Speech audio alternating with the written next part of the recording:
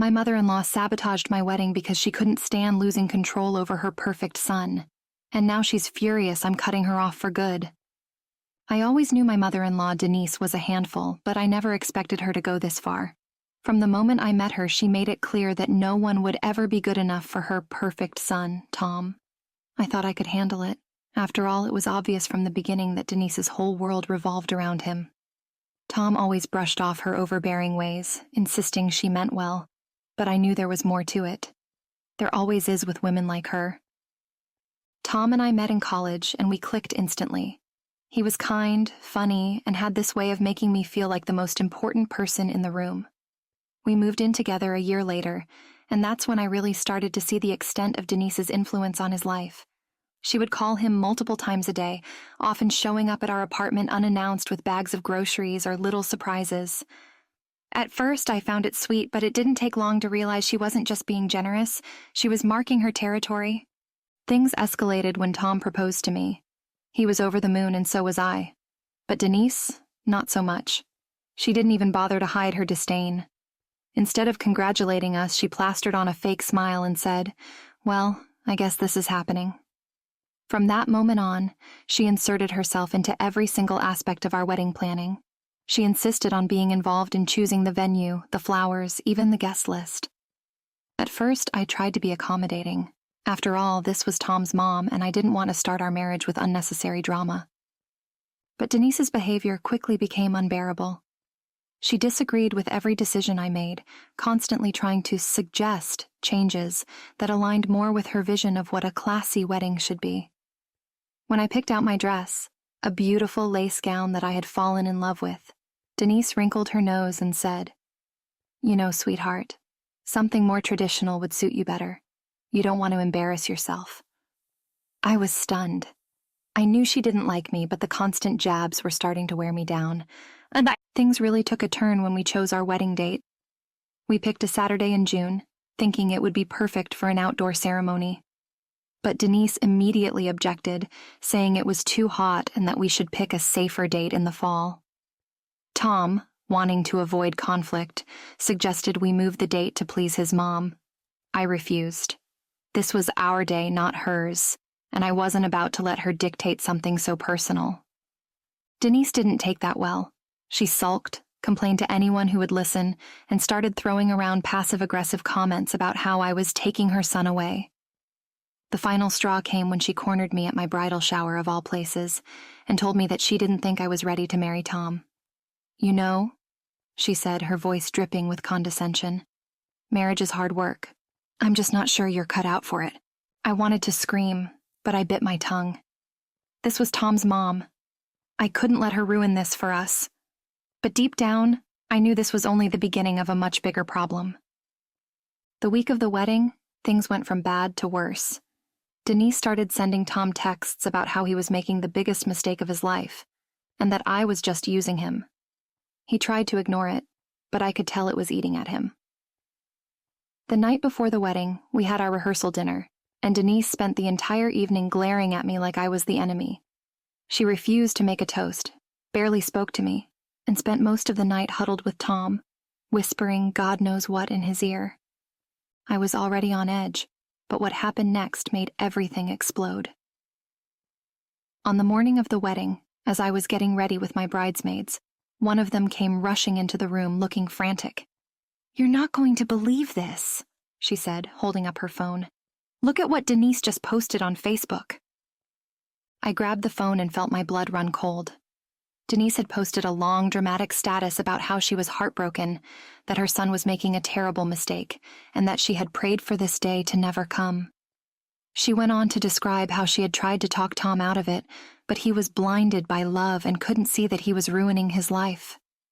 To make matters worse, she tagged half the family in the post, making sure everyone knew exactly how she felt. I was furious.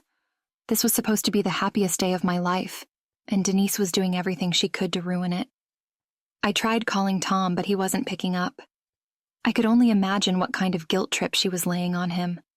I knew I had to confront her, but part of me didn't want to give her the satisfaction of knowing she had gotten to me. I took a deep breath, trying to keep my composure. and focused on getting through the ceremony. But as I walked down the aisle, I couldn't shake the feeling that Denise was still trying to sabotage our day. She sat in the front row, arms crossed, with a sour expression on her face, refusing to make eye contact with me. When we finally exchanged vows, I could see the tension in Tom's eyes. He was torn between his love for me and his loyalty to his mother. I knew he loved me, but Denise's influence was always there, lurking in the background, waiting to cause trouble. After the ceremony, I tried to push my frustration aside and focus on enjoying our wedding day. But Denise wasn't done. As we moved to the reception, I noticed she was huddled in a corner with Tom, whispering furiously. I couldn't hear what she was saying, but Tom's expression was enough to tell me it wasn't good. I wanted to go over there and confront her, to demand she stop ruining what was supposed to be our special day, but I knew it would only make things worse. Instead, I tried to keep a smile on my face and mingled with the guests, but every time I looked over, there she was, hovering over Tom, shooting me looks of pure disdain. It was like she was trying to keep him away from me, even on our wedding day. I felt trapped in this bizarre power struggle, with Denise doing everything she could to assert her control. Things came to a head during the speeches. My maid of honor, Sarah, had just finished giving a heartfelt toast when Denise decided to take the microphone. I hadn't planned for her to speak. Honestly, I hadn't even thought she'd want to. But before anyone could stop her, she was up there, tapping the mic and clearing her throat dramatically. "I just want to say a few words," she began, her voice tight. "First of all, I want to thank everyone for coming today. It's been an emotional journey, to say the least." I could feel my stomach tighten. This was supposed to be a celebration, but the tone of her voice was anything but celebratory. Tom shifted uncomfortably in his seat, his face flushed with embarrassment. "Watching my son grow up has been the greatest joy of my life," Denise continued, glancing pointedly at me. "I've always been there for him, guiding him, supporting him, helping him make the right decisions. And today, well, I guess we're all just hoping he knows what he's doing." The room fell silent. People exchanged awkward glances, unsure of how to react. My heart pounded in my chest. This wasn't just an awkward toast. This was a public humiliation. She was undermining our entire marriage right in front of our friends and family. "I've always wanted what's best for Tom," she went on, her voice cracking slightly. "And sometimes as a mother, you have to let go, even when you know, deep down, that things aren't what they seem." She dabbed at her eyes with a tissue, putting on the performance of a lifetime. I wanted to get up and rip the microphone out of her hands, but I was frozen in place. The audacity, the nerve, it was almost too much to comprehend. This was supposed to be our day, and she was turning it into her own twisted pity party. When she finally finished her speech, she stepped down from the stage, and the awkward tension in the room was palpable. Tom's face was pale, and he looked like he wanted to sink into the floor. I couldn't take it anymore. I stormed over to him, grabbed his arm and pulled him aside, away from the guests. "What the hell was that?" I hissed, trying to keep my voice low. "She just humiliated us in front of everyone." Tom ran a hand through his hair, looking more stressed than I'd ever seen him. I know. I'm so sorry. I didn't know she was going to do that." "You never know," I snapped, my frustration boiling over. "You never know what she's going to do because you never stand up to her. She's ruining everything and you just let her." Tom looked genuinely torn. "I don't know how to handle her. She's my mom. She's always been like this, and I've never been able to, I don't know, control it." I took a deep breath, trying to calm myself down. "Tom, this isn't just about her anymore. It's about us. I can't keep doing this if she's always going to be in the middle." He nodded, but I could see the guilt in his eyes. He loved me, but Denise's influence was a force he had never been able to overcome. As much as I wanted him to stand up to her, I knew it wasn't something that would change overnight. The rest of the reception was awkward, to say the least. Denise kept her distance after her disastrous speech, but the damage was already done. I felt like I was walking on eggshells, trying to put on a brave face while everything felt like it was falling apart. Our first dance felt forced, the smiles strained, and the celebratory atmosphere we had hoped for was completely overshadowed by Denise's toxic presence. As the night came to a close, Tom and I retreated to our suite, exhausted and emotionally drained. We didn't even get to enjoy the honeymoon suite we had booked, because all we could talk about was Denise and the chaos she had caused. I was at my wit's end, and I knew something had to change. The next morning, I made a decision. I wasn't going to let Denise's behavior slide anymore. If Tom wasn't going to put up boundaries, then I would. This wasn't just about me. This was about our future. And if Denise couldn't respect that, then I wasn't going to let her be a part of it. I told Tom exactly how I felt. I told him I loved him, but I couldn't live my life with his mother constantly trying to sabotage our happiness. She either respects us or she's cut off, I said firmly. I'm done playing nice. Tom looked at me, conflicted but resigned. You're right, he said quietly. It's time I stopped letting her control everything. It was a turning point. We both knew that our marriage wouldn't survive if we let Denise continue her reign of terror. We were done letting her dictate our lives. It was time to take back control. After the wedding disaster, Tom and I agreed to put some serious boundaries in place. For the first time in our relationship, Tom actually sat down with his mother and had a real conversation about her behavior. I wasn't there, but Tom told me later how it went. Denise was defensive, of course. She claimed she was only looking out for him and that she was just being honest because she didn't want him to make a mistake he'd regret. But Tom didn't back down. He told her that while he loved her, her constant interference was hurting our marriage. He explained that we needed space and that she couldn't keep trying to control every aspect of our lives. According to Tom, she looked shocked, like no one had ever spoken to her that way before. And honestly, I wasn't surprised.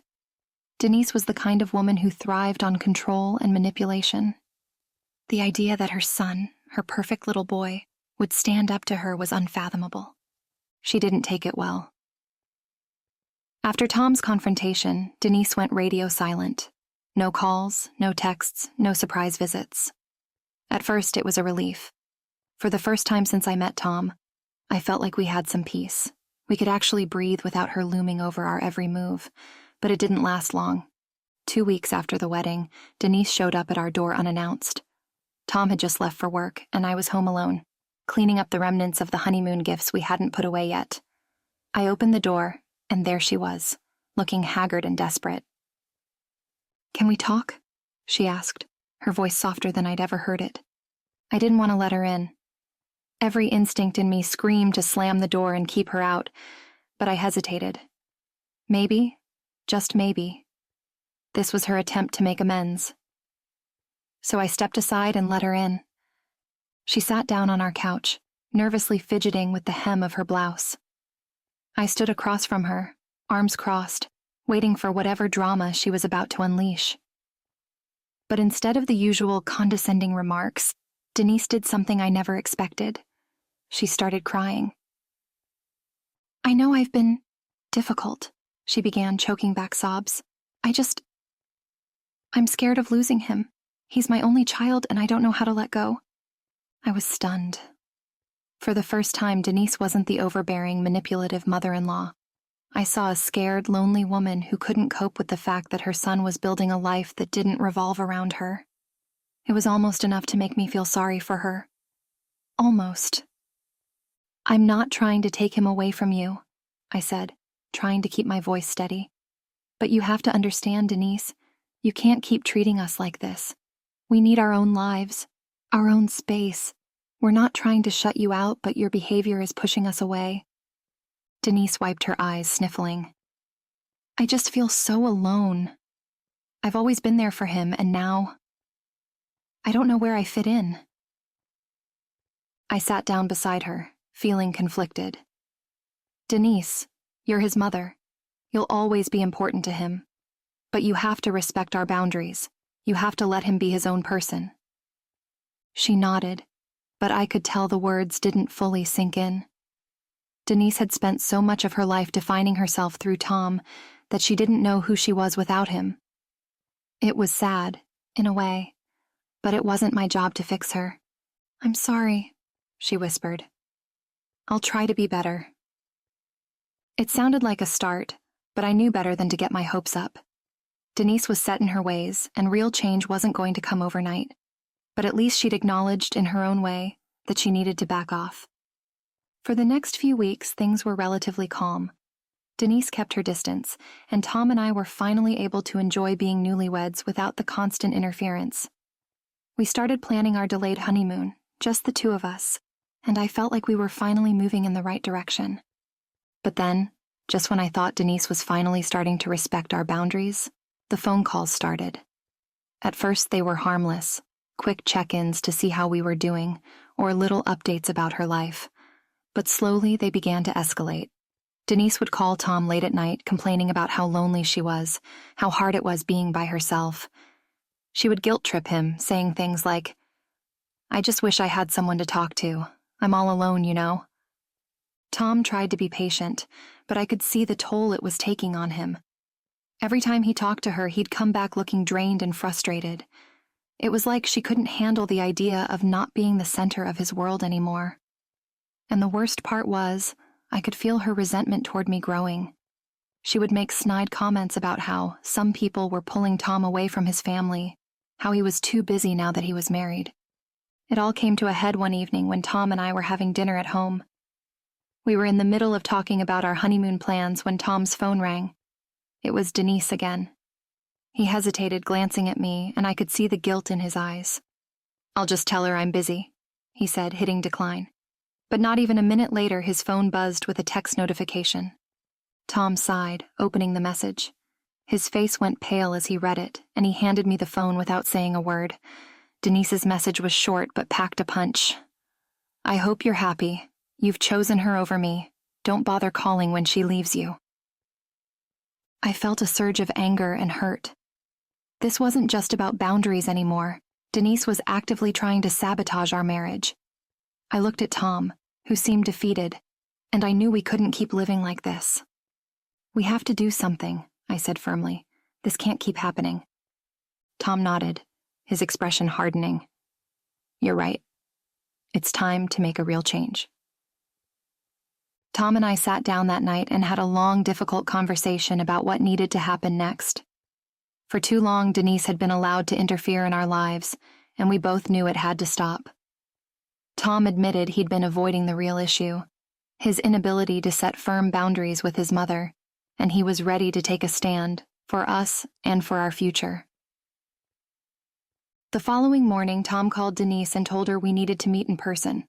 She was hesitant, but she agreed to come over that afternoon. I spent the hours leading up to her arrival feeling a mix of anxiety and determination. I knew this confrontation was necessary, but it didn't make it any less nerve-wracking. Denise was like a ticking time bomb, unpredictable and explosive, and I had no idea how she would react. When she arrived, the tension in the room was palpable. She sat down across from us, arms crossed, her face set in a scowl. It was clear she was expecting another argument, another chance to play the victim. But this time, Tom didn't let her steer the conversation. "Mom, this can't go on," Tom said, his voice calm but firm. "You've crossed too many lines, and it's affecting our marriage. We need you to respect our boundaries and let us live our lives." Denise's eyes widened, and for a moment, I thought she might actually listen. But then her expression hardened and she launched into a tirade. "This is what I've been afraid of," she snapped. "You're being manipulated, Tom. I've been telling you from the start that she's not right for you, and now you're cutting me out because she says so." I wanted to jump in and defend myself, but Tom squeezed my hand, signaling for me to let him handle it. "This isn't about her, Mom. It's about us. I love you, but I can't keep choosing between you and my wife. If you can't respect our boundaries, then we're going to have to take a step back." Denise's face twisted in anger. "A step back? What does that even mean? You're just going to cut me out of your life? After everything I've done for you?" Tom sighed, running a hand through his hair. "Mom, I don't want to cut you out, but I need you to understand that your behavior is hurting us. This is our marriage, and you don't get to dictate how we live it." Denise looked like she'd been slapped. For a moment, I almost felt bad for her. Almost. But then she turned her anger toward me, her eyes blazing with resentment. "This is all your fault," she spat. "You've turned him against his own mother. I knew you were trouble from the moment I met you." I opened my mouth to respond, but Tom cut me off. "No, Mom, this isn't her fault, it's yours. You've pushed us to this point, and it's time you take responsibility for your actions." Denise's jaw dropped, and for the first time she was at a loss for words. She stared at Tom, her eyes filled with a mix of shock and hurt. But she didn't argue. She just sat there, fuming in silence. I could tell this wasn't the outcome she had expected.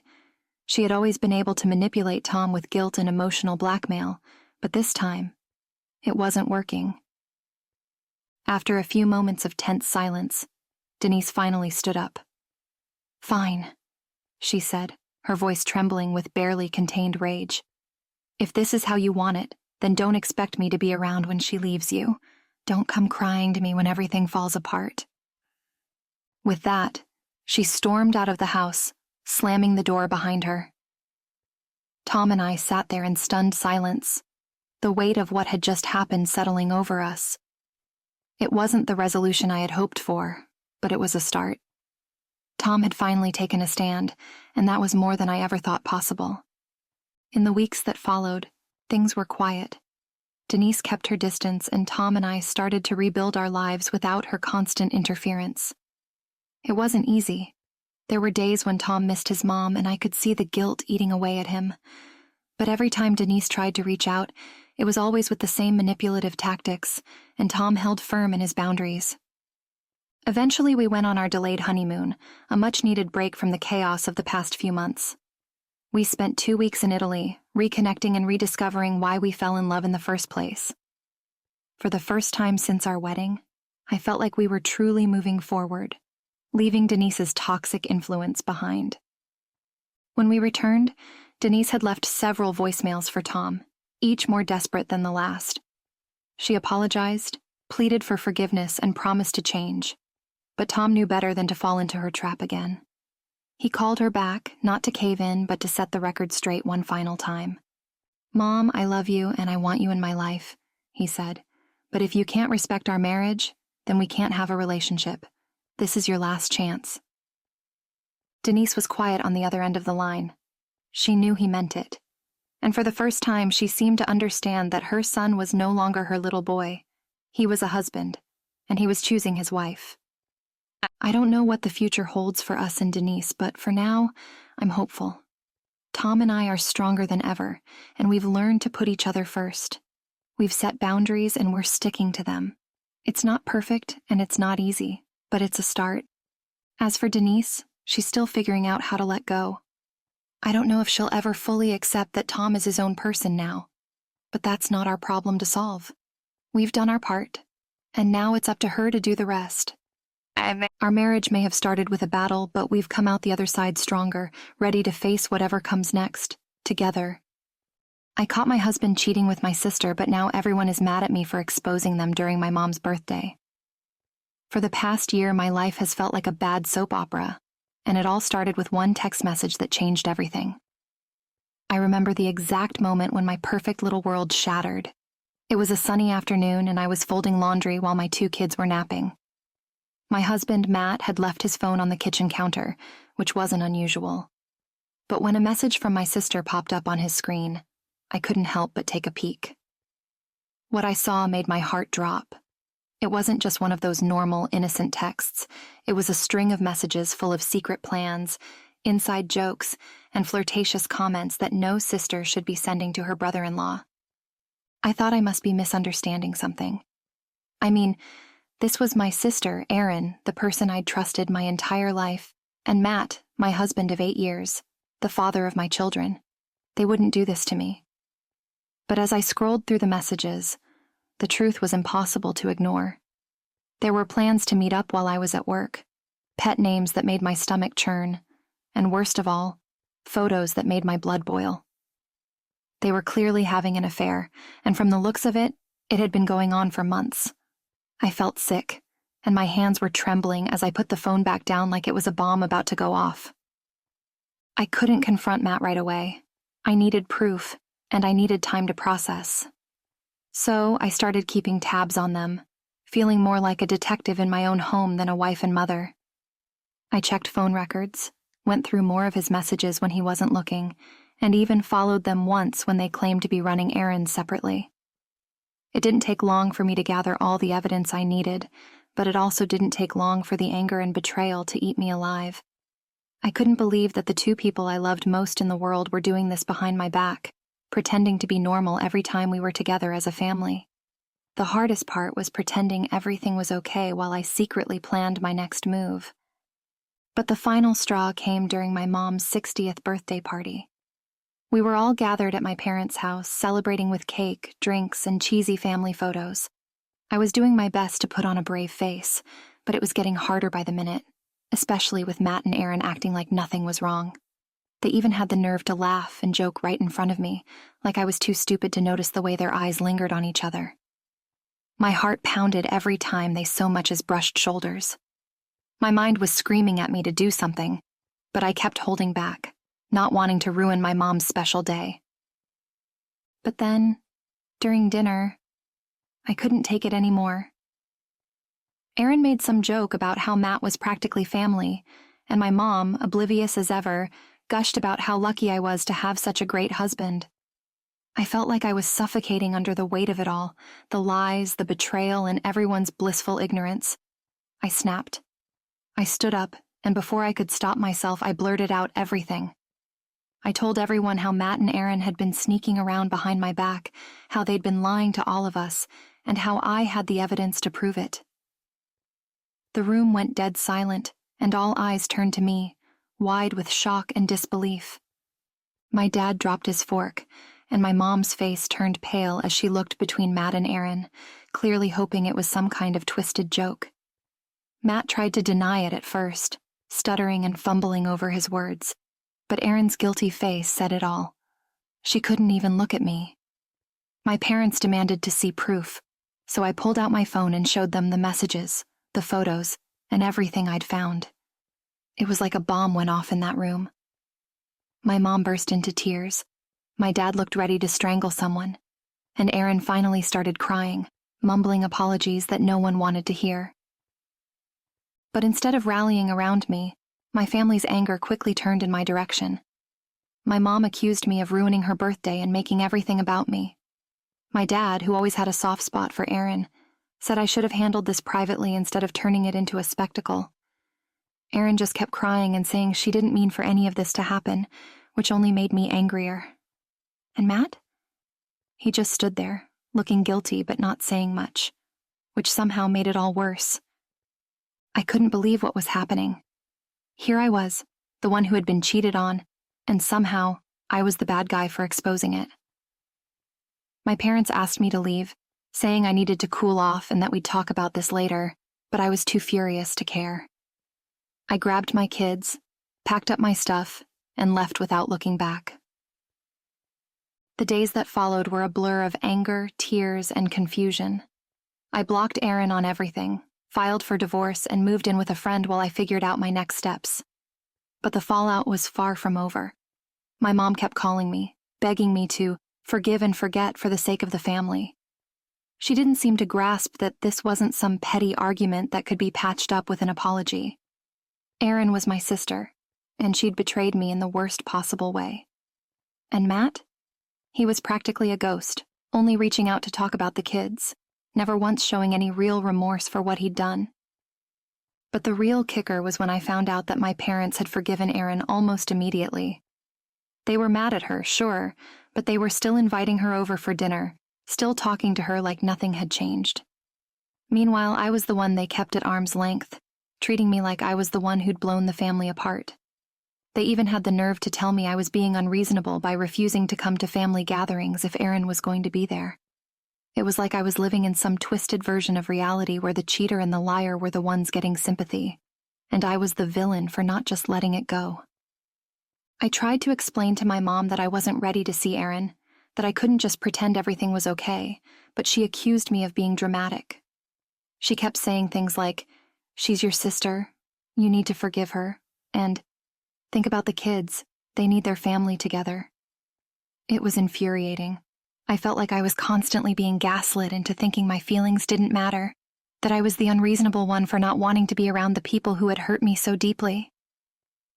I wish I could say that I got some sort of closure or that my family finally saw things from my perspective, but that would be a lie.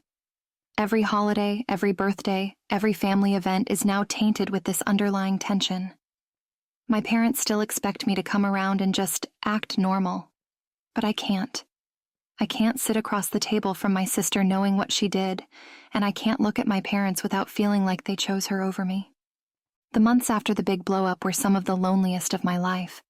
I felt like I was walking around in a fog, trying to piece together what my new normal would look like without my husband, my sister, and even my parents, who seemed more focused on sweeping everything under the rug than actually supporting me. I went from feeling like I had this tight-knit family to realizing that the ties that held us together were as flimsy as paper. My kids were the only thing keeping me going. They were too young to understand what was happening, but they could sense the tension, the constant shuffling between houses, and the fact that Mommy wasn't smiling as much anymore. Matt tried to play the good dad card, showing up on time for his visitation days and even offering to take the kids more often, as if that would somehow make up for everything he'd done. He'd act like the perfect father when he was with them, taking them out for ice cream or to the park. But when it was just the two of us discussing logistics, he was cold and distant. I wanted to scream at him, ask him how he could betray me like this, and then pretend everything was fine when it was so clearly not. But I bit my tongue, mainly because I didn't want to drag my kids into the mess any more than they already were. Erin, on the other hand, was practically non-existent. She hadn't tried to contact me since the blowout, and I was fine with that. But I knew from my mom that she was still playing the victim, telling anyone who would listen that she'd made a huge mistake and was working on herself. I hated that phrasing, working on herself, like she was some sort of charity case that deserved sympathy instead of the scorn she'd earned. I couldn't stomach it. Meanwhile, my parents were still firmly on team let's all move on. They kept pushing for some big family sit-down to hash everything out, but I wasn't ready for that, and I wasn't sure I ever would be. The breaking point came a few months later when my mom invited me over for what she called a girls' day. Just me, her, and Erin. I knew what this was. Another attempt to force some kind of reconciliation. I didn't want to go, but my mom was relentless, saying she'd already made lunch and that it would be good for us to talk things through. Against my better judgment, I went, hoping that maybe, just maybe, Erin would finally apologize in a way that felt genuine, or at least acknowledge the pain she'd caused. But when I got there, it was clear that wasn't going to happen. Erin was sitting at the kitchen table looking like she'd rather be anywhere else. My mom started off with small talk, nervously rambling about everything except the giant elephant in the room. Finally, after what felt like an eternity, she got to the point. "We need to put this behind us," she said, looking at me like I was the unreasonable one. "Erin's been through a lot, and she's really sorry. Right, Erin?" Erin nodded but didn't say a word. She just stared at her lap, fiddling with her phone like this was some sort of inconvenience. That's when I lost it. I told my mom that I was tired of being expected to forgive and forget when Erin hadn't shown a single shred of real remorse. I told them both that they had no idea what it was like to be betrayed by the two people you trusted most in the world, to be made out to be the villain for simply reacting to the situation that they had caused. Erin finally spoke up, but instead of apologizing, she turned the blame back on me, saying I'd overreacted and made things worse by blowing up at the party. "We were going to tell you," she said, as if that was supposed to make it all okay. I couldn't believe what I was hearing. "You were going to tell me? When? After you'd completely destroyed my marriage?" I shot back. I could feel the tears welling up, but I wasn't about to cry in front of her. I was done being the one who was always hurt, always picking up the pieces. My mom tried to play peacemaker, but it was useless. Erin just kept doubling down, saying that I was overreacting and that she was trying to move forward. I told her I didn't care about her moving forward because I was still stuck living in the mess she and Matt had created. I left that day feeling more isolated than ever. I realized that my mom was never going to fully understand, and Aaron was never going to take real responsibility. They were happy to sweep it all under the rug so long as it meant they could pretend things were back to normal. But nothing was normal for me anymore. My family wasn't my safe haven. It was a battlefield, and I was constantly being told to lay down my weapons while everyone else carried on like nothing had changed. Things only got worse when I found out that Aaron was seeing Matt regularly. My parents insisted that they weren't together, but I didn't believe it. I'd heard through mutual friends that Aaron was always over at Matt's apartment, helping with the kids and playing the cool aunt while I was painted as the bitter ex-wife who couldn't let go. It felt like a slap in the face. I had tried so hard to maintain some kind of dignity throughout this entire mess, but seeing them together, even just as friends, was too much. I didn't understand how my family could be okay with this, how they could still see Aaron as the victim when she was the one who had shattered everything. I tried distancing myself from everyone, but that only led to more guilt trips from my parents. My mom called me constantly, reminding me that the kids needed their grandparents and that I was being too harsh. My dad, who rarely got involved in the emotional stuff, sent me a long text one night saying that I was tearing the family apart by refusing to forgive. That hurt more than anything because it felt like I was losing my parents too. I was tired of being told that I needed to be the bigger person, that I needed to let go of my anger and move on. But how could I move on when every day was a reminder of what I'd lost? It all came to a head at my son's birthday party. I'd planned a small get-together at a local park with just a few friends and family. I'd made it clear to my parents that Aaron was not invited, and to my relief, they'd agreed. But when the day came, who should show up with my mom but Aaron herself, carrying a big present and acting like nothing was wrong? My blood was boiling.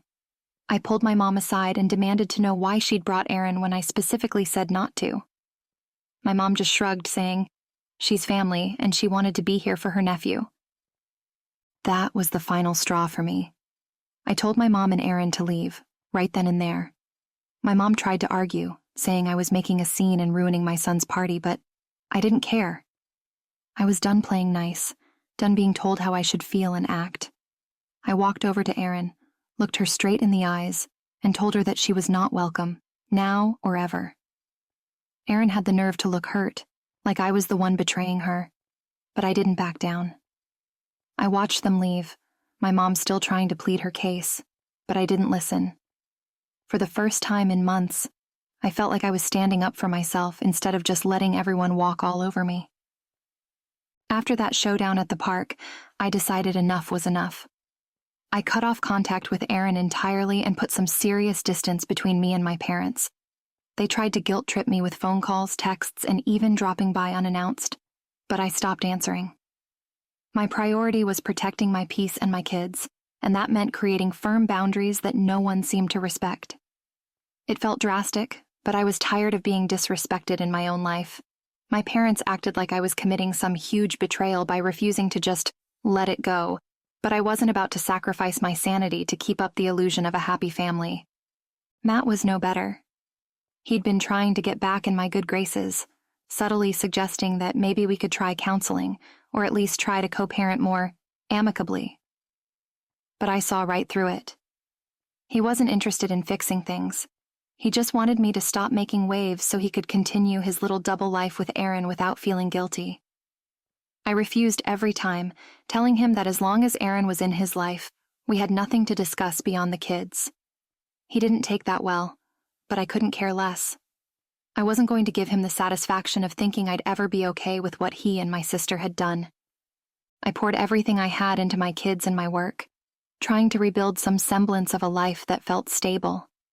I got them into a new routine, signed them up for activities, and focused on making our home feel like a safe, loving environment where they didn't have to sense the tension that constantly simmered just beneath the surface. It wasn't easy, but it was the only thing keeping me going. Still, the loneliness was unbearable at times. I missed having a partner, even if Matt had never been the perfect husband, and I missed the sister I used to be able to call at any hour. But every time I started feeling sorry for myself, I reminded myself of all the lies, the betrayal, and the fact that none of them had truly tried to make things right. Then came Thanksgiving, which was always a big deal in our family. My parents hosted every year, and it was the one time everyone, cousins, aunts, uncles, came together. I hadn't planned on going. I couldn't stomach the thought of sitting at a table with Aaron and Matt pretending like we were one big happy family. But then my mom called, practically begging me to come. She promised that Aaron wouldn't be there, and that Matt wouldn't come either. She said she just wanted one holiday where things felt somewhat normal again. Against my better judgment, I agreed, thinking it would be nice for my kids to spend the day with their extended family. When I showed up, it seemed fine at first. The house was filled with the smell of roasted turkey and pie, and for a moment, I felt a flicker of what our family used to be. My kids ran off to play with their cousins, and I was actually enjoying catching up with some relatives I hadn't seen in months. But as the afternoon went on, I noticed my parents kept whispering and looking anxious. It wasn't long before I found out why. Aaron had shown up unannounced with Matt in tow. They walked in as if they owned the place, Aaron holding a dish of something like she was contributing to the holiday feast, and Matt looking sheepish but not enough to stay away. The room went silent as they walked in, all eyes flicking between me and them, waiting for my reaction. I felt my blood run cold. My mom rushed over, trying to pull me aside to explain, but I was done with explanations. My voice trembled with rage as I told her that I was leaving, and that she knew damn well I wouldn't have come if I'd known Aaron and Matt would be there. She started crying, saying she didn't know they were coming, but I could tell she was lying. She knew and just hoped I would go along with it. That was it for me. I grabbed my kids, packed up our things, and left without looking back. The drive home was excruciating. My kids were confused, asking why we had to leave when everyone else was still there, and I didn't have the heart to explain the full truth. I just told them that sometimes grown-ups don't get along, and we'd do something special, just the three of us instead. We ended up at a diner, eating greasy burgers and fries while everyone else was having their picture-perfect Thanksgiving dinner. I looked at my kids, laughing and being silly with ketchup smeared on their faces, and I realized that this was my family now. My kids and I were enough. I didn't need the toxic circus my parents' sister and ex-husband had created. After that, I went completely no contact with Aaron. I blocked her on every platform, told my parents not to mention her name around me, and made it clear that she was no longer a part of my life. My parents didn't take it well, especially my mom, who kept insisting that we were sisters and that one day I'd regret cutting her off. But I didn't care. I wasn't going to sacrifice my mental health just to keep up appearances. I even started declining most invitations to family gatherings, knowing that Erin would find a way to worm herself in. And I couldn't bear to keep putting myself through that. As for Matt, our interactions were strictly about the kids. He occasionally tried to talk about us or bring up the idea of working things out for the sake of the family, but I shut it down every time. I knew it wasn't about reconciliation. It was about control. He couldn't stand that he no longer had me under his thumb, that I wasn't willing to play nice for the sake of appearances. I made it clear that there was no path forward for us, and he eventually stopped trying. It was liberating in a way, but also heartbreaking to see how easily he gave up, proving that he was never really sorry at all. It's been almost a year since that disastrous birthday party, and my life is slowly starting to take shape again. I've reconnected with old friends, built a support network that actually respects my boundaries, and even started dating a little, though trust doesn't come easy these days. My kids are doing well, adjusting to our new reality, and they're the reason I get up every morning, no matter how hard some days feel. But the pain of what happened still lingers. It's like a dull ache that never fully goes away, no matter how many new memories I create. My parents still try to play peacemaker, occasionally dropping hints that I should reach out to Aaron or Matt, but I'm done being the one who's expected to fix things. I've spent too long sacrificing my own well-being to make everyone else comfortable, and I'm not doing it anymore. If they can't accept that, then maybe it's time for me to redefine what family means on my own terms. Aaron and Matt are still a sore subject, and I don't think that will ever change. I've heard through the grapevine that they're still hanging out, though they claim to just be friends. I doubt it, but at this point, it doesn't even matter. They're out of my life, and that's the way it's going to stay. I'm focused on building a future that doesn't include the people who tried to tear me down, and for the first time in a long time, I'm okay with that.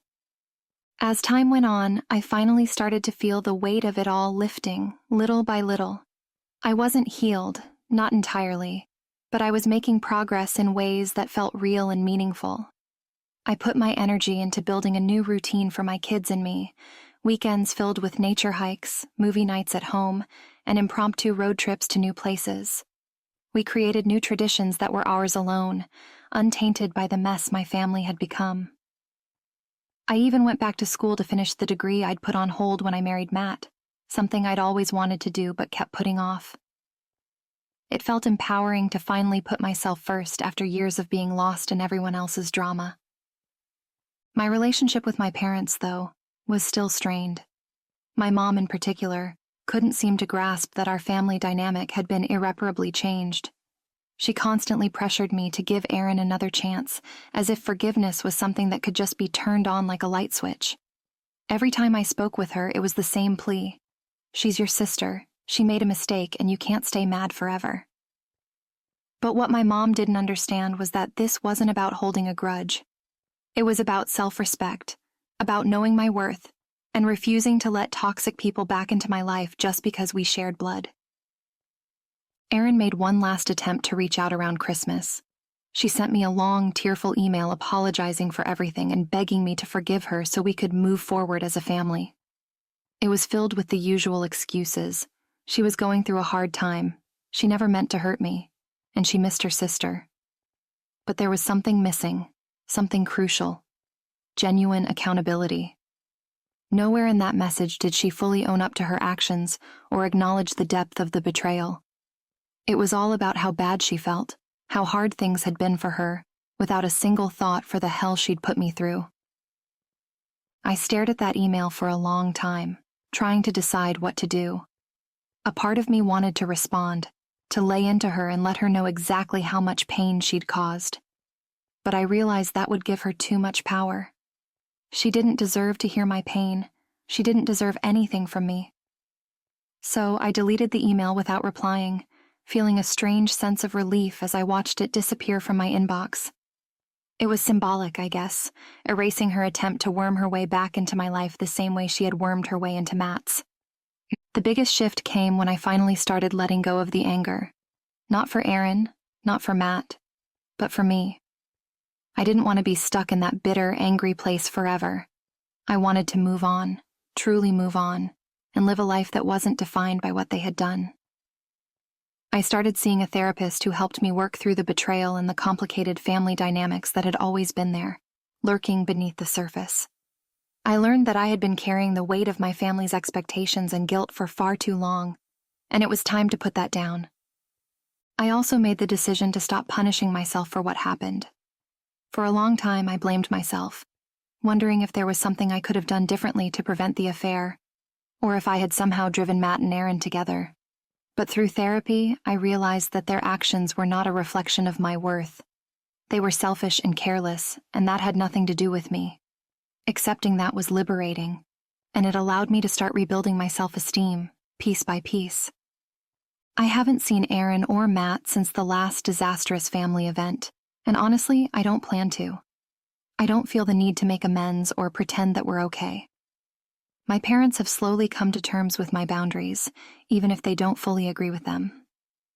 I still see them occasionally, but I've made it clear that Aaron and Matt are off limits in conversation. It's not perfect, but it's enough for now. I've accepted that I can't change their feelings or make them understand, and that's okay. I'm not living my life for them anymore. As for me, I'm doing better. I've met someone new. A man who treats me with the kindness and respect I didn't realize I was missing for so long.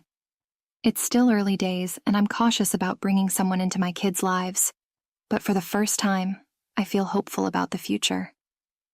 It's not about replacing what I lost, but about building something new, something that feels safe and genuine.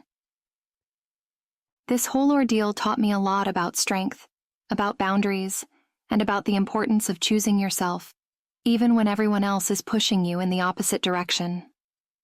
I'm no longer the woman who lets people walk all over her in the name of keeping the peace. I've learned that it's okay to be angry.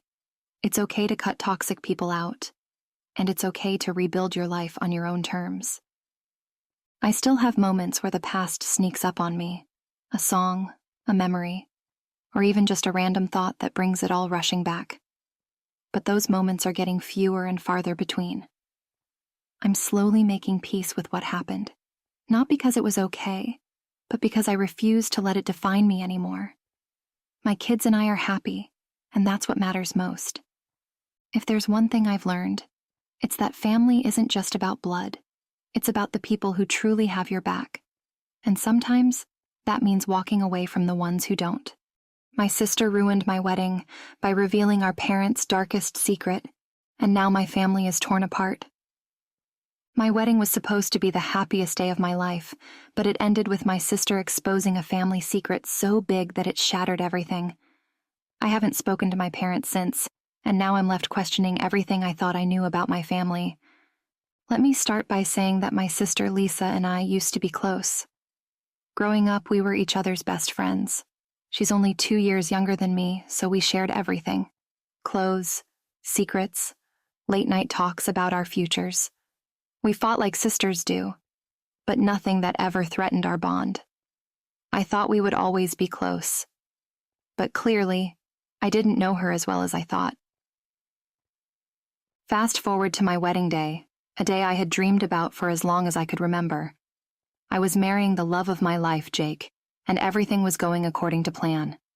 We had a beautiful outdoor ceremony, followed by an intimate reception with our closest family and friends. I was on cloud 9, feeling like nothing could ruin this day. I should have known better. Lisa was my maid of honor, and she had been acting strangely leading up to the wedding. At first, I thought it was just wedding stress or maybe some jealousy that I was getting married before her. She had been with her boyfriend, Steve, for a few years, and while they weren't engaged yet, I knew she had been hoping for a proposal. I didn't want to assume anything, so I brushed off her weird behavior. But looking back, the signs were all there. The first red flag was when she skipped my bachelorette party, claiming she had a last-minute work emergency. Lisa works in PR, so I knew her job could be demanding, but this felt off. She'd been excited about planning the party for months, so to bail at the last minute was unlike her. Still, I didn't want to make a big deal out of it. I figured we'd have plenty of time to celebrate after the wedding. Then, on the morning of the wedding, she was late to the bridal suite. I had to get ready without her, which stung. But again, I didn't want to cause drama. When she finally arrived, she barely looked at me, and her eyes were red like she'd been crying. I asked her if everything was okay, and she just mumbled something about allergies. It was clear she was upset, but I had no idea why. I should have pressed her, but I was too focused on getting married. I didn't think for a second that what was about to happen would change everything. The ceremony went off without a hitch. Lisa gave a short but sweet speech at the reception, though I noticed she seemed distracted. It wasn't until after the first dance that things started to spiral out of control. We were all seated for dinner when Lisa suddenly stood up. She wasn't scheduled to give another speech, but she grabbed the microphone and looked straight at me. My stomach dropped when I saw the look on her face. Anger, hurt, betrayal. She didn't look like my sister anymore. "I can't do this," she said, her voice shaking. "I can't keep pretending like everything is okay when it's not." The room went dead silent. I could feel every eye on me, on her, on my parents. My mom's face went pale, and my dad's jaw clenched. They knew something was coming, and so did I. Lisa took a deep breath and continued. "I found out something a few weeks ago, and I've been trying to figure out how to deal with it, but I can't hold it in anymore. Mom, Dad, you need to tell the truth. You've been lying to us for years." At this point, I was frozen. My heart was pounding in my chest, and I had no idea what she was talking about. Jake reached for my hand, but I could barely feel it. It was like the ground was slipping out from under me. My dad was the first to speak. "Lisa, this is not the time." "No, Dad, it is the time. she interrupted, her voice rising. "This is the only time. You've been keeping this secret for years, and it's time to come clean." Tears were streaming down her face now, but she didn't seem to care. She was on a mission, and nothing was going to stop her. I wanted to stand up, to stop her, to tell her that this wasn't the place for whatever she was about to say, but I couldn't move. I just sat there, waiting for the bomb to drop. And then it did. "Mom and Dad aren't your real parents, Jen. They adopted you when you were a baby, and they've been lying to you your entire life." The words hit me like a punch to the gut. I felt like the air had been sucked out of the room. Everything around me went blurry, and all I could hear was the sound of my own heartbeat pounding in my ears. What the hell was she talking about? "Mom and Dad aren't your real parents, Jen. They adopted you when you were a baby, and they've been lying to you your entire life." The room was dead silent. I couldn't breathe. It was like time had stopped and I was stuck in that one moment, unable to move or process what Lisa had just said. Adopted? Me? This had to be some kind of sick joke, right? Lisa must have misunderstood something. This couldn't be true. I turned to my parents, desperate for them to deny it, to tell me that Lisa was wrong, that she was just lashing out because she was upset about something else, but the looks on their faces told me everything. My mom had tears in her eyes, her hands trembling as she covered her mouth. My dad stared down at the table, refusing to meet my gaze. The guilt and shame were written all over them. "Is this true?" My voice came out barely above a whisper, but it felt like it took all the strength I had left to ask the question. Neither of them answered at first. The silence stretched on painfully long until finally, my mom nodded, a single tear sliding down her cheek. "Yes," she whispered, her voice cracking. "It's true." That was it. That was the confirmation I never wanted. The world as I knew it crumbled in that instant, right there in front of everyone I loved. My wedding day, the day that was supposed to be about joy, love, and new beginnings, had turned into a nightmare. "How could you not tell me?" I asked, my voice trembling with anger. "How could you keep something like this from me? I'm your daughter. I had a right to know." "We were going to tell you," my dad said, finally looking up at me, though his voice was weak. "We just didn't know how. And then the years kept passing and it got harder and harder. We didn't want to hurt you." "Didn't want to hurt me?" I laughed bitterly, though there was nothing funny about this situation. "Do you have any idea what this feels like? To find out on my wedding day, in front of everyone, that my whole life has been a lie?" By this point, people were starting to murmur around us.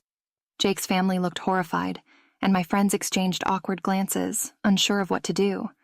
Some people had even left their tables, probably uncomfortable with the drama unfolding before them. I couldn't blame them. I wanted to run away too.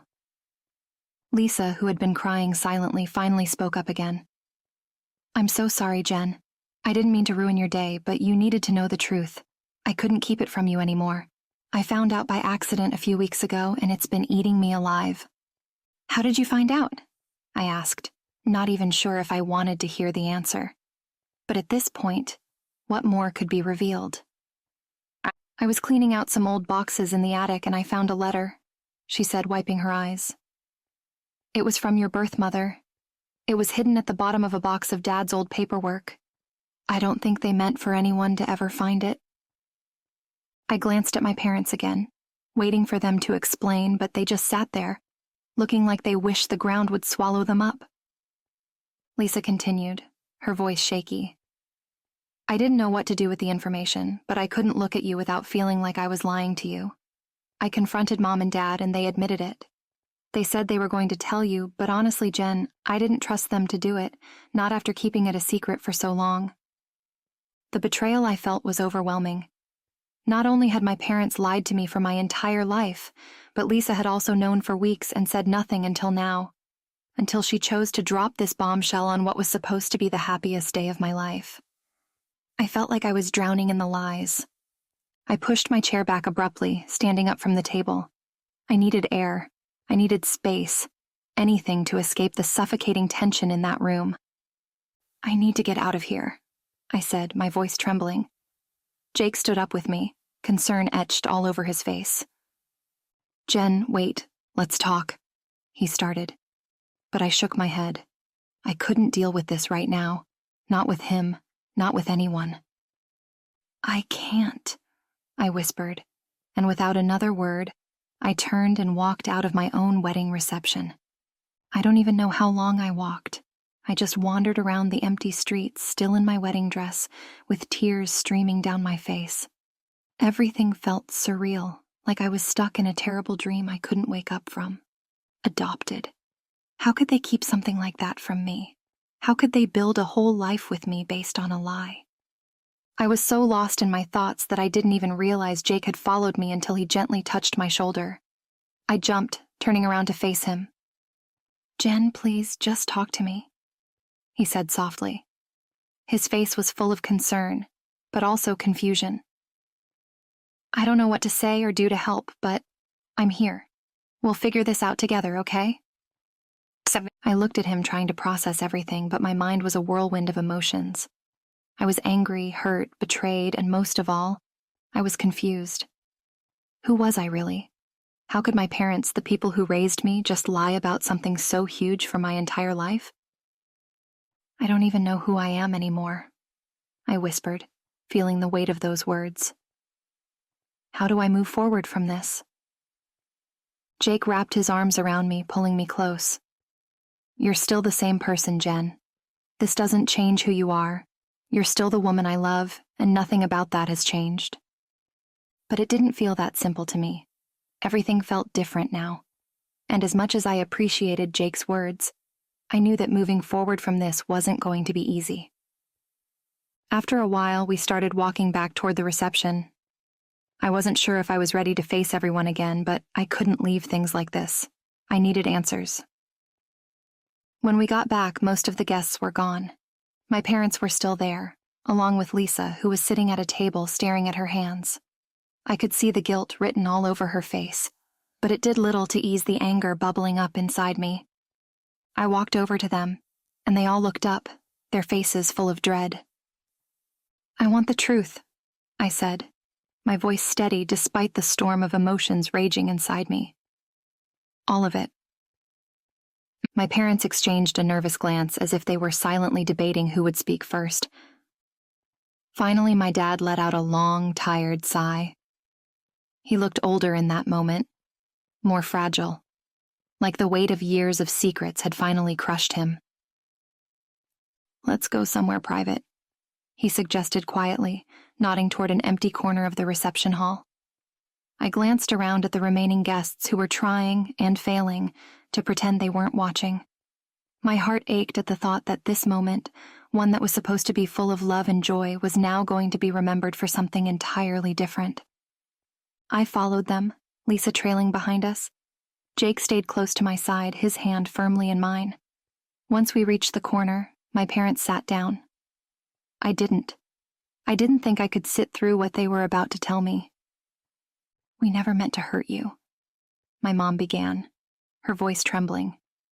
"We always planned to tell you, but we just didn't know how." "That's not good enough," I snapped, my frustration boiling over. "You don't keep something like this from someone. You don't lie to your own child for their entire life." My mom flinched, and my dad rubbed a hand over his face, clearly struggling with his emotions. "We wanted you to have a normal life," he said. "A life where you wouldn't feel different or out of place. We thought if we told you too early, it would change everything for you, and not in a good way. So we kept putting it off, and then as the years went by, it became harder and harder to admit." "And you just never found the right time, huh?" I scoffed bitterly. "You had my whole childhood, my entire life, and you never thought I deserved to know the truth?" "It's not that simple," my mom pleaded. "You don't understand? Then help me understand," I shouted, "because right now I don't understand anything." The anger in my voice seemed to break something in her. She broke down sobbing, and for the first time in my life, I didn't feel the urge to comfort her. I was too angry, too hurt. "I'm so sorry, Jen," she cried, her hands covering her face. "We never wanted it to come out like this." My dad remained quiet, staring at the floor as if he didn't have the strength to face me. I turned to Lisa, who had been standing silently behind us the whole time. "How could you do this? You didn't think to pull me aside and tell me privately? You had to do it in front of everyone?" She wiped away fresh tears, her voice breaking as she responded. "I didn't plan for it to happen this way. I was going to tell you in private, but then when I saw you standing there, about to start a new life with Jake, I snapped. I couldn't stand the thought of you getting married without knowing who you really are." Her words hit me like a punch to the gut. It wasn't just my parents who had betrayed me. Lisa had too. She had decided in that moment that she knew what was best for me and had torn my life apart because of it. "You had no right to do that," I said, my voice barely above a whisper. "You didn't have the right to decide when and how I found out." "I know," she whispered, tears streaming down her face. But I couldn't hold it in anymore. It was eating me alive. Her guilt was evident, but it didn't make me feel any better. In fact, it made me feel worse. This wasn't about her guilt or her feelings. It was about my life, my identity, and the fact that it had all been built on lies. I looked at my parents again. "Who are they? My birth parents. Do you even know?" My mom nodded, sniffling as she tried to compose herself. "Yes, we know. Your birth mother was young, only 18. She couldn't keep you. She wanted you to have a stable family, so she chose us through a private adoption. We've had minimal contact with her over the years, but we do know where she is, if you want to reach out to her." The room felt like it was spinning. I had a whole other family out there, people who might know things about me, about where I came from, about who I really was. I could feel my identity slipping away from me, everything I thought I knew about myself vanishing before my eyes. "What about my birth father?" I asked, though I wasn't even sure if I wanted to know the answer. "We don't know much about him," my dad admitted. "Your birth mother didn't provide much information. All we know is that he wasn't in the picture." Of course. Another dead end. I took a deep breath, trying to steady myself. "I don't know what to do with this. I don't know how to feel." "We understand," my mom said softly. "Take all the time you need. We'll be here when you're ready to talk." "Will you?" I asked bitterly. "Because right now it feels like I don't even know who you are." The hurt in her eyes was hard to bear, but I didn't have it in me to care at that moment. I was too hurt myself. I turned to Jake, who had been silently supporting me through this whole ordeal. "Can we go?" I asked, my voice small and broken. I just wanted to get out of there. He nodded, wrapping his arm around my shoulders. Of course. We walked out together, leaving behind the wreckage of what was supposed to be the best day of my life. The next few days were a blur. I couldn't bring myself to speak to my parents, and I barely spoke to Lisa either. I felt like I had been punched in the gut over and over, and the pain wouldn't stop. Jake tried his best to be there for me, but even he couldn't fully understand what I was going through. I didn't know how to explain it, how it felt to have your entire identity stripped away in an instant. I spent hours online, reading about adoption, trying to find stories that matched mine, hoping to find some sense of comfort or solidarity. But every story was different, and none of them felt like mine. I felt completely and utterly alone. Finally, after nearly a week of avoiding them, my mom called me. I almost didn't pick up, but some part of me couldn't resist the pull to hear her voice. "Jen?" Her voice was soft, tentative. "Can we talk?" I hesitated, but eventually agreed. We arranged to meet at a nearby cafe, away from the house, away from everything that had happened. I needed neutral ground if we were going to have this conversation. When I arrived, my mom was already there, nursing a cup of coffee and staring out the window. She looked smaller somehow, more fragile than I had ever seen her. "Hi," I said quietly, sliding into the seat across from her. She looked up, her eyes filled with sadness. "Hi." For a moment, neither of us said anything. We just sat there, the weight of everything unspoken hanging between us.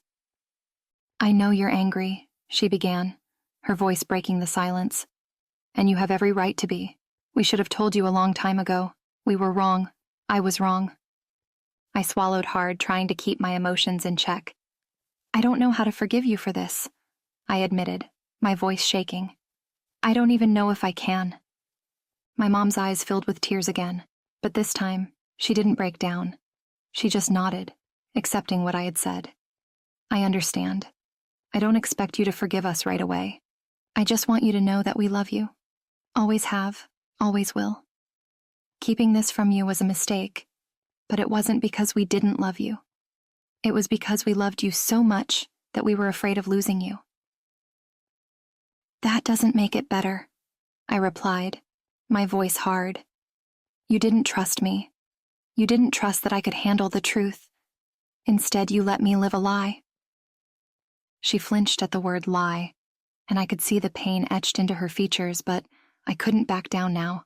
I needed her to understand the damage that had been done.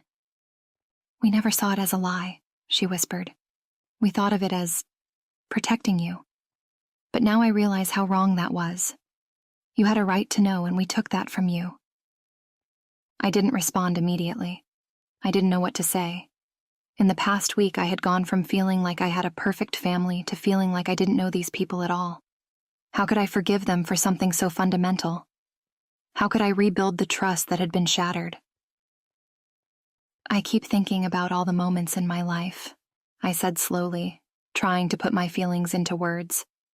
"Moments when I could have known, when you should have told me. I'm not even sure what was real anymore." "I know," she said softly, her voice full of regret. "And I wish I could go back and change things, but I can't. All I can do now is be here for you, answer your questions, and hope that in time, you'll find a way to heal from this." My heart ached at her words, but I still wasn't sure if it was enough. I wasn't sure if anything could be enough to fix the pain I was feeling. "There's one thing I need to know," I said, my voice trembling. "Why didn't you tell me before the wedding? You had weeks after Lisa found out. Why didn't you say anything then?" She sighed, running a hand through her hair, and I could see the guilt in her eyes. "We wanted to. After Lisa confronted us, we talked about it. We knew we couldn't keep it a secret anymore, but we didn't want to ruin your wedding. We thought it would be better to wait until afterward, to let you have your special day without the weight of this hanging over you." "Well, that worked out great," I said bitterly. "Instead, I found out in front of all my friends and family, and now everything is a mess." My mom winced, nodding slowly. "You're right. We should have told you the moment Lisa found out. We made a terrible mistake, and now we're paying for it." I didn't know what else to say. There was no magic fix for this, no way to undo the damage. I had so many questions swirling in my mind, about my birth parents, about my identity, about who I was, but in that moment I couldn't bring myself to ask any of them. It was too much. Everything was too much. "I need time," I said finally, my voice small and fragile. "I don't know what I want yet, or how I'm going to feel about all of this, but I need space to figure it out." My mom nodded, her eyes filled with sorrow. "Of course. Take all the time you need. We'll be here, whenever you're ready." I stood up from the table, suddenly feeling exhausted. "I'll call you," I said, though I wasn't sure when that would be. Right now, I couldn't imagine having another conversation like this. She looked like she wanted to say more, but she didn't. She just nodded, her eyes glistening with tears. "I love you, Jen," she whispered as I walked away. The weeks that followed were a blur of confusion and emotional turmoil. I distanced myself from everyone, my parents, Lisa, even Jake at times. I felt like I needed to be alone to process everything, but being alone made the weight of it all feel even heavier. Lisa reached out several times, apologizing again and again, but I couldn't bring myself to forgive her. Not yet. It wasn't just that she had exposed the truth in such a cruel way. It was that she had made a decision for me, deciding when and how I should know something that was my right to discover on my own terms. As much as I loved her, I couldn't help but feel betrayed by her actions. Jake was patient, but I could tell he was struggling too. This wasn't how we had imagined starting our life together. We had spent months planning a future, and now, suddenly, everything felt uncertain. I wasn't even sure who I was anymore, so how could I be sure of the life we were building? Eventually, I decided to meet with my parents again. I needed answers about my birth mother, about the adoption, about everything that had been kept from me. The curiosity was gnawing at me, and while I wasn't sure if I was ready to open that door, I knew I couldn't move forward until I had more information. We sat down in their living room, just the three of us. My mom handed me a box, small but heavy with significance. Inside were letters, photos, and documents from my birth mother, things they had kept hidden from me my entire life. "She wanted you to have these," my mom said softly, her voice full of regret. "We should have given them to you sooner." I looked down at the box, my hands trembling as I opened it. Inside was the truth about my past, my real identity. I had no idea what I would find, but for the first time since that awful day at my wedding, I felt a small spark of hope. Maybe knowing the truth wouldn't be as terrifying as I thought. Maybe it would help me heal. It's been a few months since that day, and while things are still complicated, I've started to rebuild my relationships with my parents and with Lisa. It hasn't been easy. There are days when the anger still bubbles up, and I have to remind myself that healing takes time. I've also started reaching out to my birth mother. She's been open to communication, and while it's strange and overwhelming, I feel like I'm slowly piecing together the parts of myself that were missing. As for Lisa, we're working on mending our relationship. She knows she crossed a line, and she's been doing everything she can to earn back my trust. I know it will take time, but I still love her. She's my sister, and despite everything, that bond is hard to break. Jake has been my rock through it all. I don't know how I would have gotten through this without him. Our wedding day may not have gone as planned, but in a strange way, it brought us even closer. He's seen me at my worst, and he's still here, ready to face whatever comes next. I don't know where the future will take me, but I'm learning to live with the truth. The lies are behind me now, and while the scars remain, I'm hopeful that I can find peace, both with my family and with myself. My husband's family lied about his brother's paternity. Now his mom is trying to manipulate me into keeping the secret. I never thought I'd find myself in the middle of someone else's secret. If there's one thing I've learned in life, it's that family secrets always find a way of surfacing, no matter how much time has passed. It started out like any other family gathering, but by the end of the night, my entire perspective on my husband's family had shifted forever. Let me back up. My name is Emily, and I've been married to my husband, Jake, for 6 years. We've always been close to his family, particularly his mom, Sharon, who's pretty much the matriarch of their tight-knit household. Jake and I don't have kids yet, but his younger brother, Matt, does. 2 little girls with his wife, Sarah. On the surface, everything seemed picture-perfect with them. Matt and Jake were raised in the same house, had the same upbringing, and were only 2 years apart in age, so they've always been close. But there's one major difference. Matt is nothing like the rest of his family. Jake and his parents are all pretty laid back, quiet, and reserved. Matt, on the other hand, is loud, overly confident, and honestly, sometimes pretty arrogant. I've always chalked it up to him being the youngest and a little spoiled, but now I know it's much deeper than that. It all started at a family dinner last month. We were celebrating Jake's birthday at his parents' house, and everyone was there: Jake's parents, Matt and Sarah, and their 2 kids. Sharon had made her usual elaborate spread, and everyone was laughing and catching up. About halfway through dinner, Matt stepped out to take a phone call, and that's when everything started to unravel. Sharon had a bit too much wine, and out of nowhere, she leaned across the table toward me and said in a low voice, "I need to tell you something." I could tell by the tone in her voice that this wasn't going to be a lighthearted comment. I glanced at Jake, who was talking with his dad, completely unaware of what was happening.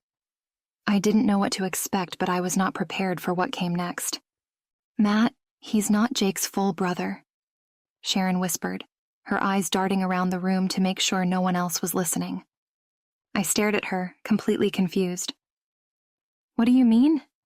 I asked, keeping my voice down as well. She sighed and took another sip of her wine before explaining. "Matt, he's not Bob's son. Bob is Jake and Matt's dad, or so I thought." I felt my stomach drop. "Wait, what? You're saying Matt has a different dad?" I asked, trying to keep my voice steady. I could feel the weight of the secret settling in, and I didn't like it. Sharon nodded slowly.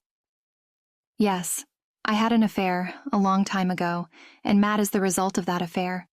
Bob doesn't know, Matt doesn't know, no one knows, except for me. And now, you—" I sat there in stunned silence, my mind racing. How could something like this be hidden for so long?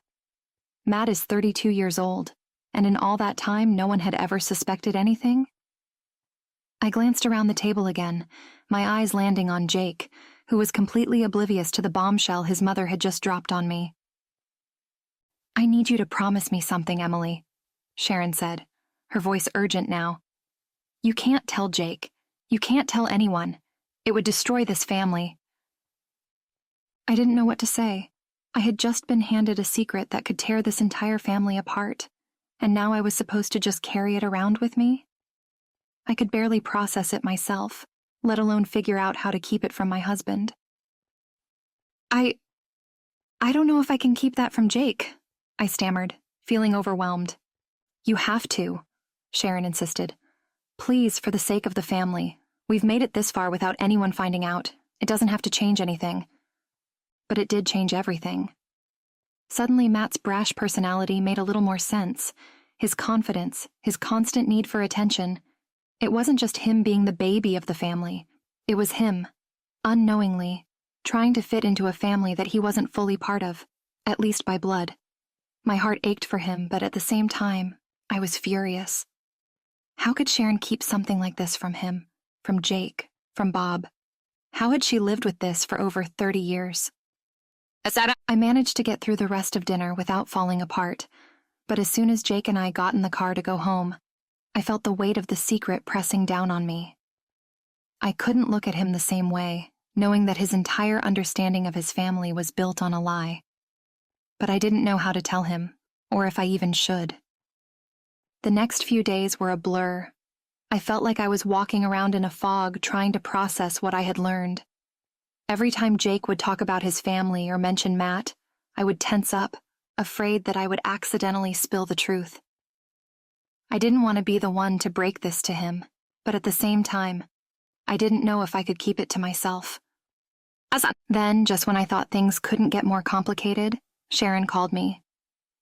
"Emily, we need to talk," she said, her voice sounding much more sober than the last time we spoke.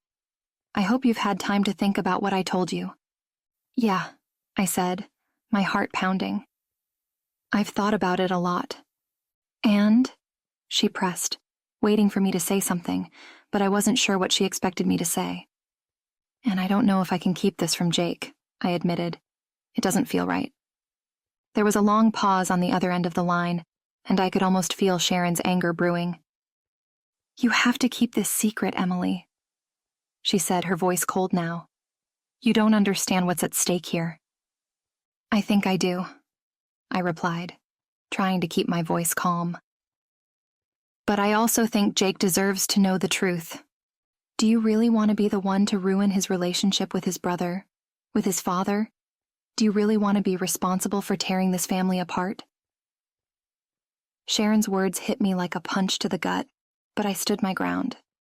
"It's not my secret to keep, Sharon. I don't know if I can do this."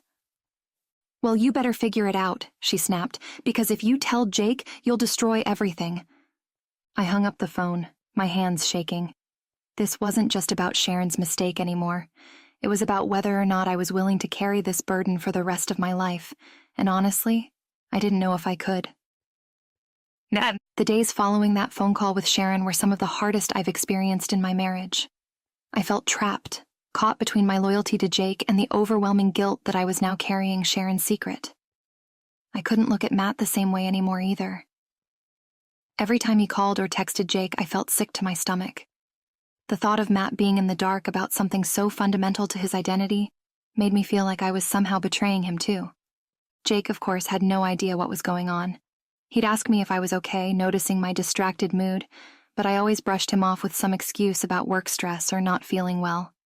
I could tell he was starting to get worried. But how was I supposed to explain to him that his entire family was built on a lie? One evening, about a week after the dinner, Jake and I were sitting on the couch watching TV when he turned to me, his brow furrowed with concern. "Emily, seriously, what's going on? You've been distant all week. Did I do something wrong?" My heart clenched. He looked so worried, and here I was sitting on a secret that would completely shatter his world.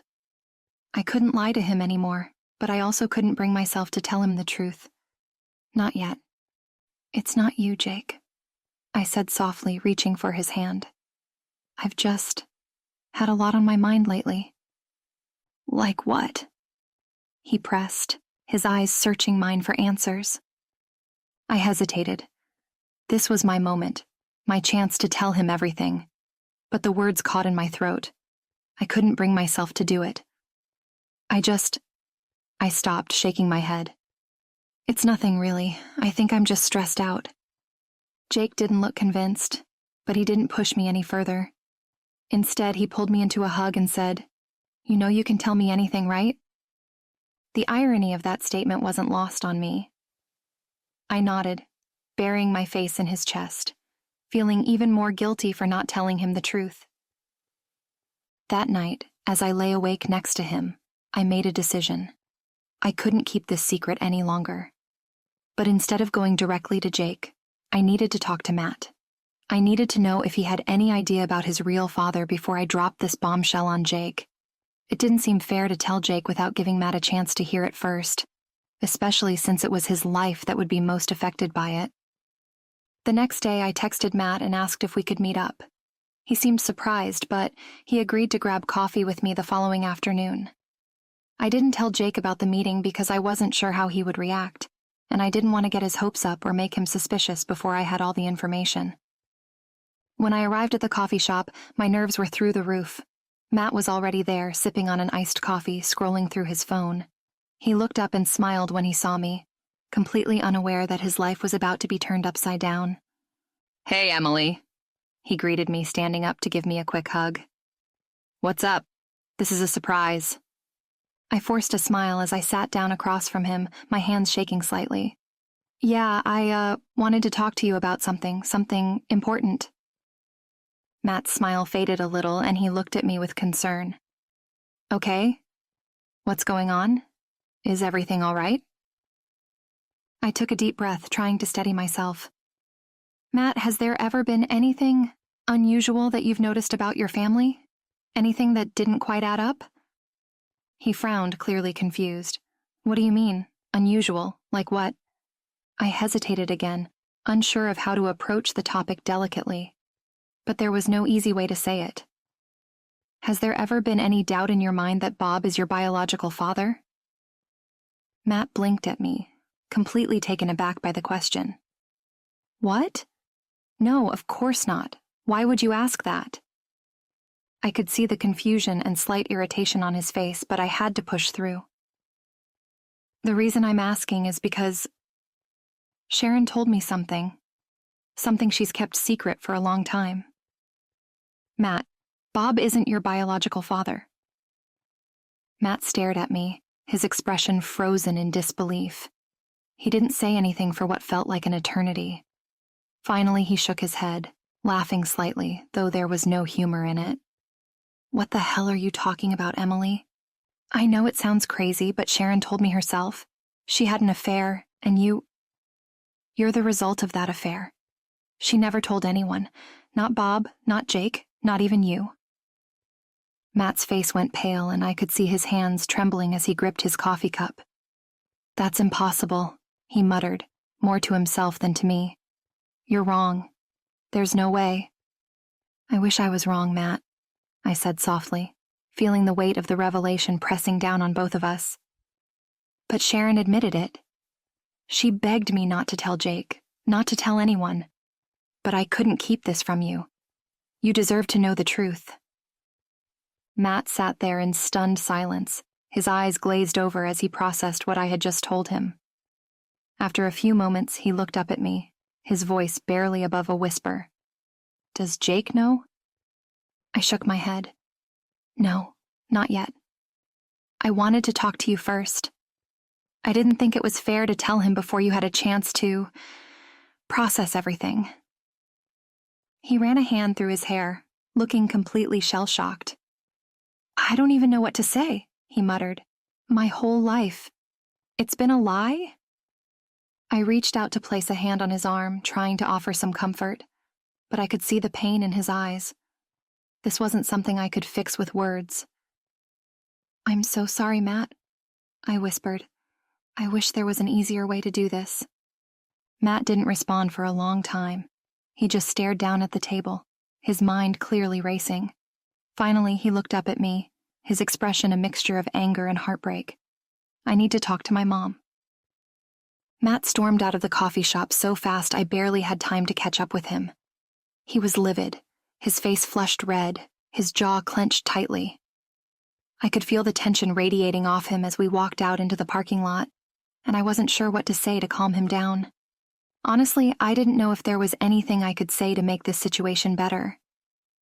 Matt, wait, I called after him, grabbing his arm to slow him down. You need to take a minute before you confront her. You're upset, and I get it, but... He cut me off, his eyes flashing with anger. Of course I'm upset. My entire life has been a goddamn lie, Emily, and I've been walking around like a clueless idiot. I'm going to see my mom, and she's going to explain this to me right now. I could see there was no point in arguing. Matt was determined to get answers, and honestly, I couldn't blame him. If I were in his shoes, I'd probably be doing the same thing. But there was something about the way he was handling it that made me nervous. I didn't know how Sharon would react, and the last thing I wanted was to make things even worse than they already were. Okay, but just be careful, I said softly. This is going to be hard for both of you. Matt didn't respond. He just nodded tightly and climbed into his car. I watched him speed off, my stomach churning with anxiety. I had no idea how this was going to play out, but I had a feeling it wasn't going to end well. A few hours later, I was at home, nervously pacing the living room, waiting for Jake to get home from work. My phone buzzed and I immediately grabbed it, hoping it was Matt with an update. Instead, it was Sharon. The message was short but enough to send a chill down my spine. I know you told Matt. This is all your fault. I stared at the screen, my heart racing. Sharon was clearly furious with me, and I couldn't say I was surprised. I'd known from the moment she told me her secret that this was going to blow up in my face eventually, but seeing it spelled out like that still made me feel sick. I didn't know how to respond, so I didn't. Instead, I sat down on the couch, my mind spinning with all the possibilities of what could be happening right now. Was Matt confronting Sharon? Was she denying everything? Would this secret tear the family apart just like Sharon had feared? Jake walked in the door a little while later, completely oblivious to the chaos swirling around his family. He smiled when he saw me, but the moment he looked at my face, his expression shifted. Emily, what's wrong? I didn't know how to answer him. The truth was sitting on the tip of my tongue, but I was frozen, caught between my loyalty to Jake and the guilt of knowing I'd already unleashed a storm by telling Matt. I started, but before I could say another word, Jake's phone rang. It was Matt. Jake answered, and I could hear Matt's voice on the other end, frantic and filled with anger. Jake's face fell as he listened, his brows knitting together in confusion and concern. What do you mean? Jake said into the phone, his voice tight. What are you talking about? I could hear Matt's voice getting louder, but I couldn't make out the exact words. Jake's face went pale, and he shot me a glance that made my stomach drop. Emily, Jake said slowly, his eyes narrowing as he listened to whatever Matt was telling him on the other end. What is Matt talking about? I felt like the room was spinning. There was no escaping it now. The secret was out, and there was no way to take it back. I swallowed hard, my throat dry as I prepared myself to finally tell Jake the truth. Matt, found out something about your mom, I said cautiously, trying to figure out how to ease him into it. But there was no easy way. I had to just rip the Band-Aid off. Your mom told me a secret, Jake. A big one, and I told Matt. Jake's face went from confusion to disbelief. A secret? What kind of secret, Emily? Why the hell would you tell Matt before telling me? I could hear the hurt in his voice and it broke my heart. But I couldn't stop now. I had to tell him everything. Jake, Matt isn't your full brother, I said, my voice shaking. Sharon had an affair, and Matt's real father isn't Bob. Jake just stared at me, his mouth hanging open in shock. For a moment, I thought he was going to deny it, tell me I must have misunderstood. But then he sank down onto the couch, his hands gripping his hair. What the hell are you talking about? He whispered, more to himself than to me. I'm sorry, I said, tears welling up in my eyes. I didn't know what to do. Sharon told me during dinner last week, and she begged me not to say anything. But I couldn't keep it from Matt. He deserved to know. Jake's hands were shaking as he ran them through his hair again. I can't believe this. My whole life. This has been a lie?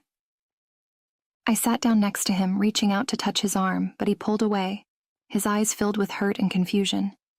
And you kept this from me for a week? He said, his voice cracking. I didn't know how to tell you, I said, my voice breaking. I didn't want to hurt you. Well, you did, Jake snapped, his face hardening with anger. You hurt me by not telling me. You should have told me the moment you found out, Emily. I'm your husband. You're supposed to trust me. Tears spilled down my cheeks as I tried to explain. I do trust you, Jake. I was trying to protect you. I didn't want to blow up your family, but Matt deserved to know the truth, and I thought it was the right thing to do. The right thing to do? Jake repeated, shaking his head in disbelief. This is a mess, Emily. A complete mess. I could see the pain in his eyes, and it tore me apart. He wasn't just angry at me. He was devastated by what he'd just learned about his family. Before either of us could say another word, Jake's phone rang again. This time it was Sharon. He glanced at the screen, then looked at me with a mixture of anger and hurt before he answered. Mom, he said, his voice tense. What the hell is going on? I could hear Sharon's voice on the other end, and it sounded panicked. She was talking fast, trying to explain herself, but Jake wasn't having it.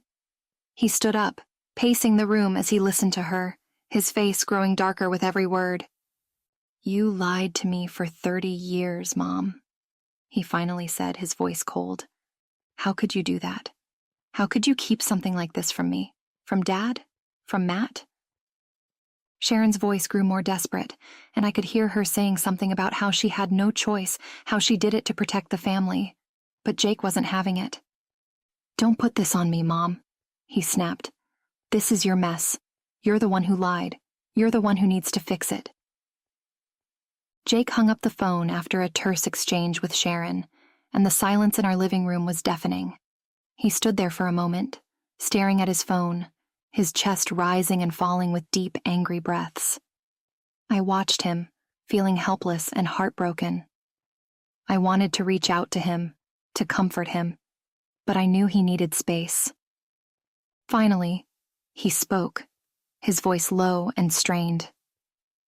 She wants us to come over. She wants to explain everything, like that's going to make this any better. I swallowed hard, unsure of what to say. Do you want to go? I asked quietly, trying to gauge where his head was at. Jake let out a bitter laugh. I don't know what I want. Part of me wants to go over there and scream at her until she realizes how much she's messed up our lives, and part of me wants to just walk away and never speak to her again. I could see the turmoil in his eyes, the anger mixing with the deep hurt of betrayal. He was caught in the same impossible place I had been after Sharon told me the truth, stuck between loyalty to family and the weight of a secret that had shattered everything he thought he knew. "I'll go with you if you want," I offered, my voice barely above a whisper. Jake didn't answer right away. He just stared at the wall, his jaw tight before finally nodding. "Yeah, let's just get this over with." The drive to his parents' house was tense, with neither of us speaking. Jake's grip on the steering wheel was white-knuckled, and I could feel the storm of emotions radiating off him. I didn't know how this confrontation would go, but I had a sinking feeling that things were about to get much worse before they got any better. When we pulled up to the house, Matt's car was already there. I wasn't surprised. He had probably been there for a while, demanding answers from Sharon. Jake parked the car, but neither of us moved to get out right away. He just sat there, staring at the house, his face a mask of cold anger. "You ready?" I asked gently, breaking the silence. Jake nodded, though he didn't look ready at all. We both got out of the car, and as we walked up to the front door, I could hear raised voices inside. Matt was yelling, and Sharon's voice, though quieter, sounded panicked and tearful. The tension in the air was palpable as Jake pushed open the door and we stepped inside. The scene in the living room was even worse than I'd imagined. Matt was pacing back and forth, his face red and furious, while Sharon sat on the couch, her face streaked with tears. Bob, poor, oblivious Bob, was standing off to the side, looking completely lost. He clearly didn't understand what was going on yet. Matt stopped pacing when he saw us, his eyes locking onto Jake with a look of pure desperation. "Jake, did you know about this?" he demanded, his voice raw with emotion. Jake shook his head slowly, his face hardening. "No, I just found out." Matt let out a bitter laugh, running a hand through his hair. "So we've both been living in a lie. Great." Sharon looked up then, her tear-filled eyes landing on Jake. "Honey, please, Don't," Jake snapped, cutting her off. His voice was cold, so unlike the way he usually spoke to her. "Don't you dare try to explain this away. You lied to us, Mom. You lied for over 30 years. Do you even understand what you've done?" Sharon's tears spilled over again, and she covered her face with her hands. "I'm so sorry," she sobbed. "I was young, and it was a mistake. I didn't want to lose your father. I didn't know what to do. I thought it was better this way." "Better?" Matt yelled, his voice cracking. "Better for who, Mom? You? This is your mess. You've been lying to all of us, and now we have to deal with the fallout." Bob, who had been silent up until now, finally stepped forward, his voice shaky. "Wait a minute. What's going on? What are you all talking about?" The room went completely still. For a moment, no one said anything. Bob looked around at all of us, his confusion deepening. He had no idea that his entire life was about to change too. Jake was the one who finally broke the silence, his voice flat and emotionless. "Dad, Matt isn't your biological son." Bob blinked, his face going pale. "What?" Sharon let out a strangled sob, burying her face in her hands. "I'm sorry, Bob," she cried. "I had an affair, and Matt, he's not yours. I'm so sorry." Bob just stood there, staring at her like he couldn't believe what he was hearing. His mouth opened and closed a few times, but no words came out. Finally, he sank down onto the nearest chair, his face drained of all color. I don't understand. How could this happen?" Sharon tried to reach for him, but he flinched away, his eyes filled with a mixture of disbelief and pain. "Bob, please," she whispered. "It was a mistake. It didn't mean anything. I didn't want to hurt you." "You didn't want to hurt me?" Bob repeated, his voice hollow. "You lied to me for 30 years, Sharon. How could you do this to me? How could you let me raise a child that wasn't mine without ever telling me the truth?" Matt let out a bitter laugh, his voice filled with venom. "Join the club, Dad. I didn't know either." The room descended into chaos after that. Sharon was sobbing uncontrollably. Bob looked like he was in shock, and Matt kept pacing, shouting about how he deserved to know who his real father was. Jake stood there, stone-faced, watching his family crumble around him. I wanted to reach out to him, to comfort him somehow, but I didn't know how. This was a storm I couldn't fix. After what felt like an eternity, Jake finally spoke, his voice eerily calm. "You need to tell Matt who his father is," he said to Sharon, his eyes cold and unforgiving. "He deserves to know." "No," Sharon sniffled, wiping her eyes with the back of her hand. I don't know where he is. We haven't spoken since Matt was born." Matt's eyes widened in disbelief. "You're kidding me. You don't know who my father is? What the hell, Mom?" Sharon shook her head, her face crumpling again. "I'm sorry, Matt. I'm so sorry. I don't know where he is. I never thought this day would come." Matt let out a frustrated growl, running his hands through his hair. "This is insane. I need to get out of here." He turned and stormed out of the house, slamming the door behind him. The sound echoed through the now eerily quiet living room. Sharon sat there sobbing while Bob stared blankly ahead, still in shock. Jake stood there for a moment, his expression unreadable. Then without a word, he turned and walked out the door too, leaving me standing there, unsure of what to do next. I followed him out to the car, my heart heavy. He was already in the driver's seat, gripping the steering wheel tightly. I climbed in beside him, the silence between us thick with tension. "I don't know what to say," I whispered, my voice trembling. Jake didn't respond right away. He just stared straight ahead, his jaw clenched. Finally, he spoke, his voice low and broken. "There's nothing to say. My family's broken, Emily, and I don't know if we'll ever be able to fix it." The ride home was the longest, most painful silence I've ever experienced. Jake didn't say a word, and I didn't know what to say either. What could I possibly say to make this better? His family had just imploded in front of his eyes, and I'd been the one who set it all in motion. I kept stealing glances at him, hoping for some kind of sign that he wasn't completely shutting down, but his expression remained cold and distant. It scared me. When we got home, Jake immediately went upstairs, leaving me standing in the hallway, unsure of what to do next. I debated whether or not to follow him, but something told me he needed space. I didn't want to push him, not when everything was still so raw. So I sat on the couch replaying everything in my mind, the confrontation, the tears, the accusations. It had all spiraled out of control so quickly. An hour later, I heard footsteps on the stairs. Jake walked into the living room, his face still hard, but there was a slight softness in his eyes that hadn't been there before. He sat down next to me, and we sat in silence for a moment, before he finally spoke. "I don't know what to do," he admitted, his voice barely above a whisper. I reached for his hand, relieved that he was finally opening up. "You don't have to figure it all out right now," I said gently. "This is a lot to process. Just take it one step at a time." Jake sighed, running a hand through his hair. "I feel like everything I've ever known about my family is a lie. I mean, Matt's my brother, but not really. And my mom?" He paused, his voice thick with emotion. "I don't know if I can ever forgive her for this." I squeezed his hand, trying to offer whatever comfort I could. "It's going to take time. You don't have to decide how you feel right now." He nodded, but I could tell the weight of everything was still crushing him. "I just can't believe she kept this secret for so long. How do you even live with yourself after doing something like that? How do you look your kids in the eye and pretend everything's normal?" I didn't have an answer for that.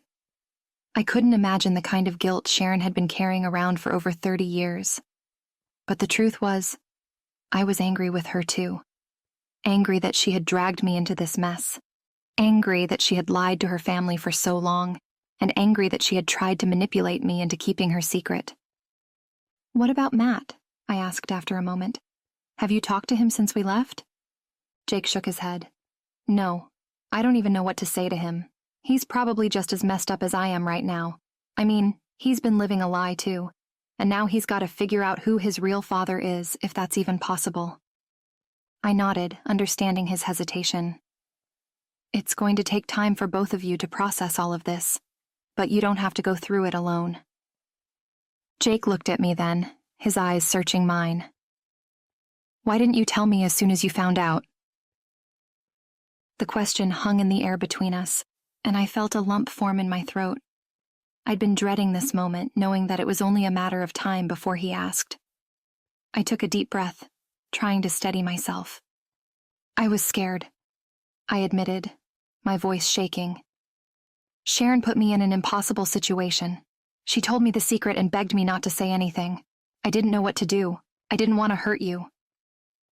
But you did, Jake said quietly, his voice pained. By not telling me, you hurt me more. Do you know what it feels like to find out that your wife knew this huge secret about your family and kept it from you? Tears welled up in my eyes, and I wiped them away quickly. I'm sorry, Jake. I was trying to protect you, but I realize now that I should have told you the moment I found out. I didn't handle it the right way, and I'm so sorry. Jake didn't say anything for a long time. He just stared down at the floor, his jaw tight. I could see the wheels turning in his head as he tried to make sense of everything. Finally, he let out a long sigh and leaned back on the couch, closing his eyes. I don't know how to move forward from this, he said quietly. With my family. Or with us. My heart sank. Us? No. He opened his eyes and looked at me, and I could see the hurt still lingering there. Yeah, I mean, I'm not saying it's over between us or anything like that, but this whole situation has made me question a lot of things, including our trust. I felt like someone had punched me in the gut. Jake, please don't say that, I whispered. I love you. I didn't mean to betray your trust. I didn't know what to do. I know, he said, his voice softening a little. I know you were in a tough spot, but this secret, it's like a bomb that's blown up everything, and I don't know how to put the pieces back together. I felt tears streaming down my face now, but I didn't wipe them away this time. I'll do whatever it takes to fix this, I said, my voice breaking. I'll do anything, Jake. I don't want to lose you. He reached out and pulled me into his arms, holding me tightly as I cried into his chest. I don't want to lose you either, he whispered. But it's going to take time. I need time to figure out how to deal with all of this. We stayed like that for a long time, holding each other in the quiet of our living room. I didn't know what the future held for us or for Jake's family, but I knew one thing for sure. This secret had changed everything, and the road to healing was going to be long and difficult. I found out my husband was secretly gambling away our savings for years, right when I was about to surprise him with news that I'm pregnant with our first child. I never thought I'd be the one writing something like this, but here I am. I guess when life throws you curveballs, you just have to roll with it, even if it knocks you down in ways you never expected. This all started a few months ago, but it's taken me until now to process everything and feel like I can even talk about it. My husband Jake and I have been together for 7 years, married for 5. On the surface, we've had a great relationship. Sure, like any couple, we've had our ups and downs, but I've always felt like we could work through anything. He's my best friend, or at least I thought he was. We both had decent jobs, a nice home, and we'd been talking about starting a family for the past year. Honestly, I thought we were finally ready. We'd been putting money aside, slowly but surely, and when I found out I was pregnant, I was ecstatic. I wanted to surprise Jake in a big way. I had all these plans to tell him, balloons, a cute little onesie, the whole deal. I couldn't wait to see the look on his face when he found out. But before I got the chance to share my news, things started getting weird. It was small stuff at first. Jake seemed more stressed than usual, constantly on edge and distant in a way I couldn't quite explain. He'd come home late, claiming he had extra work. But when I asked him about it, he was vague. Our conversations became shorter, and even when we were together, it felt like he wasn't really there. One night I was going through our mail, and I found a credit card statement that didn't make sense. It was a card I didn't even know we had, and the charges? There were thousands of dollars spent at casinos, online betting sites, and some other sketchy places I didn't recognize. My heart dropped into my stomach. I thought, there has to be a mistake. I mean, Jake wasn't a gambler, at least not that I knew of. He'd mentioned going to the casino a few times with his friends for fun, but that was years ago and I never thought it was serious. I confronted him about it that night and the look on his face told me everything. He couldn't even hide it. His face turned pale and he stammered out excuses, but the truth came out. Jake had been gambling for years, and I had no idea.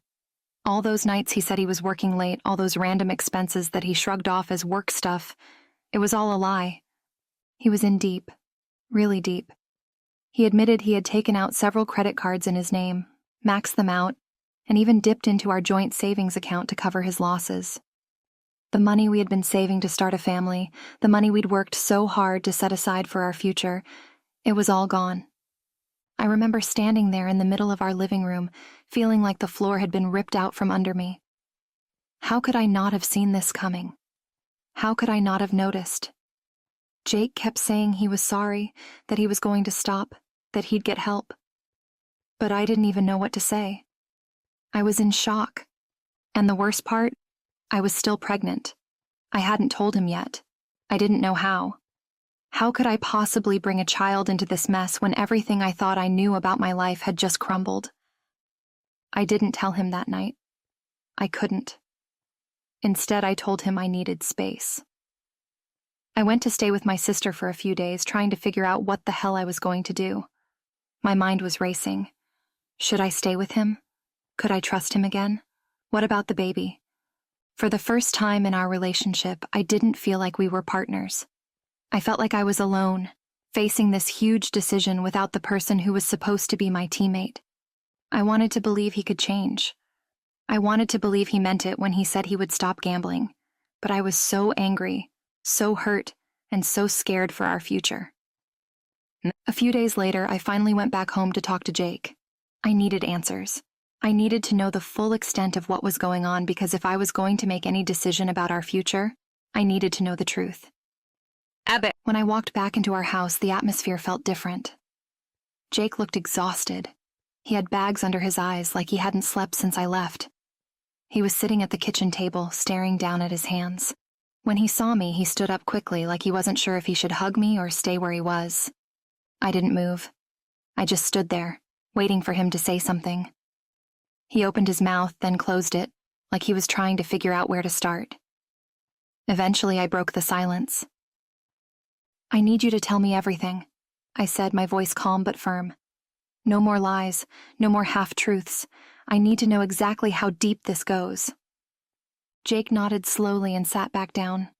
I joined him at the table, feeling the weight of everything pressing down on my chest. He started from the beginning, telling me how it all started as something small. A few bets here and there, just for fun. But it didn't stay small. The thrill of winning got to him, and before he knew it, he was hooked. He told me about how he'd been using his own money at first, but when he started losing, he turned to credit cards. At first it was just one, then two, then more. He thought he could win it all back, that he could fix everything before I noticed. But the losses kept piling up, and soon he was in way over his head. That's when he started dipping into our savings. I felt sick. All that money we had worked so hard to save, gone. All because of his addiction. I couldn't even look at him as he told me about the times he almost confessed, but then convinced himself he could fix it without me ever knowing. I never wanted to hurt you, he said, his voice breaking. I swear I thought I could handle it. I thought I could stop. I didn't know what to say. The anger and betrayal I felt were overwhelming, but I also felt a deep sadness for him. This wasn't the man I married. This wasn't the man I thought I knew. He was drowning, and I hadn't even seen it. What about now? I asked, my voice barely above a whisper. What's your plan now? Jake looked down at the table, avoiding my gaze. I don't know. I want to stop. I really do. But it's hard. It's like every time I think I'm done, something pulls me back in. I felt a lump form in my throat. Jake, we can't live like this. I can't live like this. I need to know you're going to get help. He nodded, but I could see the fear in his eyes. I will. I'll go to meetings, therapy, whatever it takes. I don't want to lose you. It was the first time I had seen him truly vulnerable.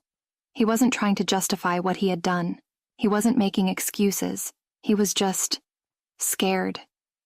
And that scared me too. "I haven't told you something," I said, my heart pounding in my chest. "I was going to tell you before all of this happened, but now I don't know how." Jake looked confused, and I took a deep breath, trying to steady myself. "I'm pregnant," I said softly. His eyes widened, and for a moment he just stared at me in shock. "You're pregnant?" I nodded, feeling the tears welling up in my eyes. "I was going to surprise you, but then everything happened, and I didn't know what to do." Jake's face crumpled, and he buried his head in his hands. "Oh my God, I'm so sorry. I've ruined everything." I didn't know what to say. Part of me wanted to comfort him, to tell him it was going to be okay. But the other part of me didn't know if it was going to be okay. I didn't know if I could trust him again, or if we could make it through this. We sat there in silence for what felt like hours, both of us lost in our own thoughts. I could see how much this was tearing Jake apart, but I also couldn't ignore the fact that he had betrayed me in such a deep and hurtful way. Eventually, I stood up. "I need some time to think." Jake didn't try to stop me. He just nodded and watched as I walked out the door. I spent the next few days at my sister's house, trying to make sense of everything. The weight of the situation pressed down on me like a boulder I couldn't shake. I was pregnant, and the father of my child had lied to me for years, gambling away our future. How could I move forward from this? How could I bring a child into this mess, not knowing if Jake would ever truly change? My sister Emma tried to comfort me, but even she didn't have the answers. "You don't have to make any decisions right now," she said softly, rubbing my back as I sat on her couch, staring at the floor. "Take your time. You'll figure out what's best for you and the baby." But that was the problem. I didn't know what was best. Every time I thought about leaving Jake, I felt a pang of guilt. I had loved him for so long. Could I really just walk away from our life together? From the man I had planned to build a family with? But staying with him felt equally impossible. I couldn't shake the feeling that the trust between us was broken beyond repair. On the third day, Jake texted me. I stared at my phone, my heart racing as I read the message. "I've started going to therapy," he wrote. "I know it's not much, but I wanted you to know that I'm serious about getting help. I'm doing this for us. Please come home." For a brief moment, hope flickered inside me. Maybe he really was trying to change. Maybe this could be the start of something better. But then the anger and doubt came rushing back. Was this just another promise he couldn't keep? Was he saying what he thought I wanted to hear, just to make everything seem okay again? I showed the text to Emma, unsure of what to do. "What if he's serious this time?" I asked, my voice shaky. "What if he's really trying?"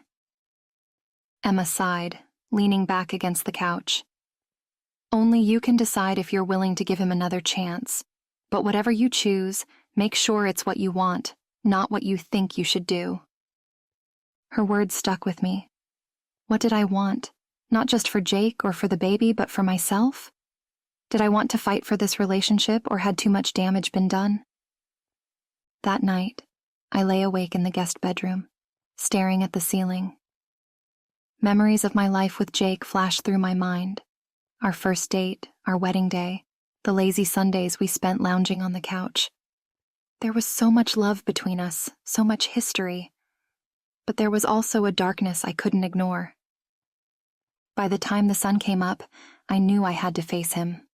I needed to hear him out, to see for myself if there was a future worth salvaging.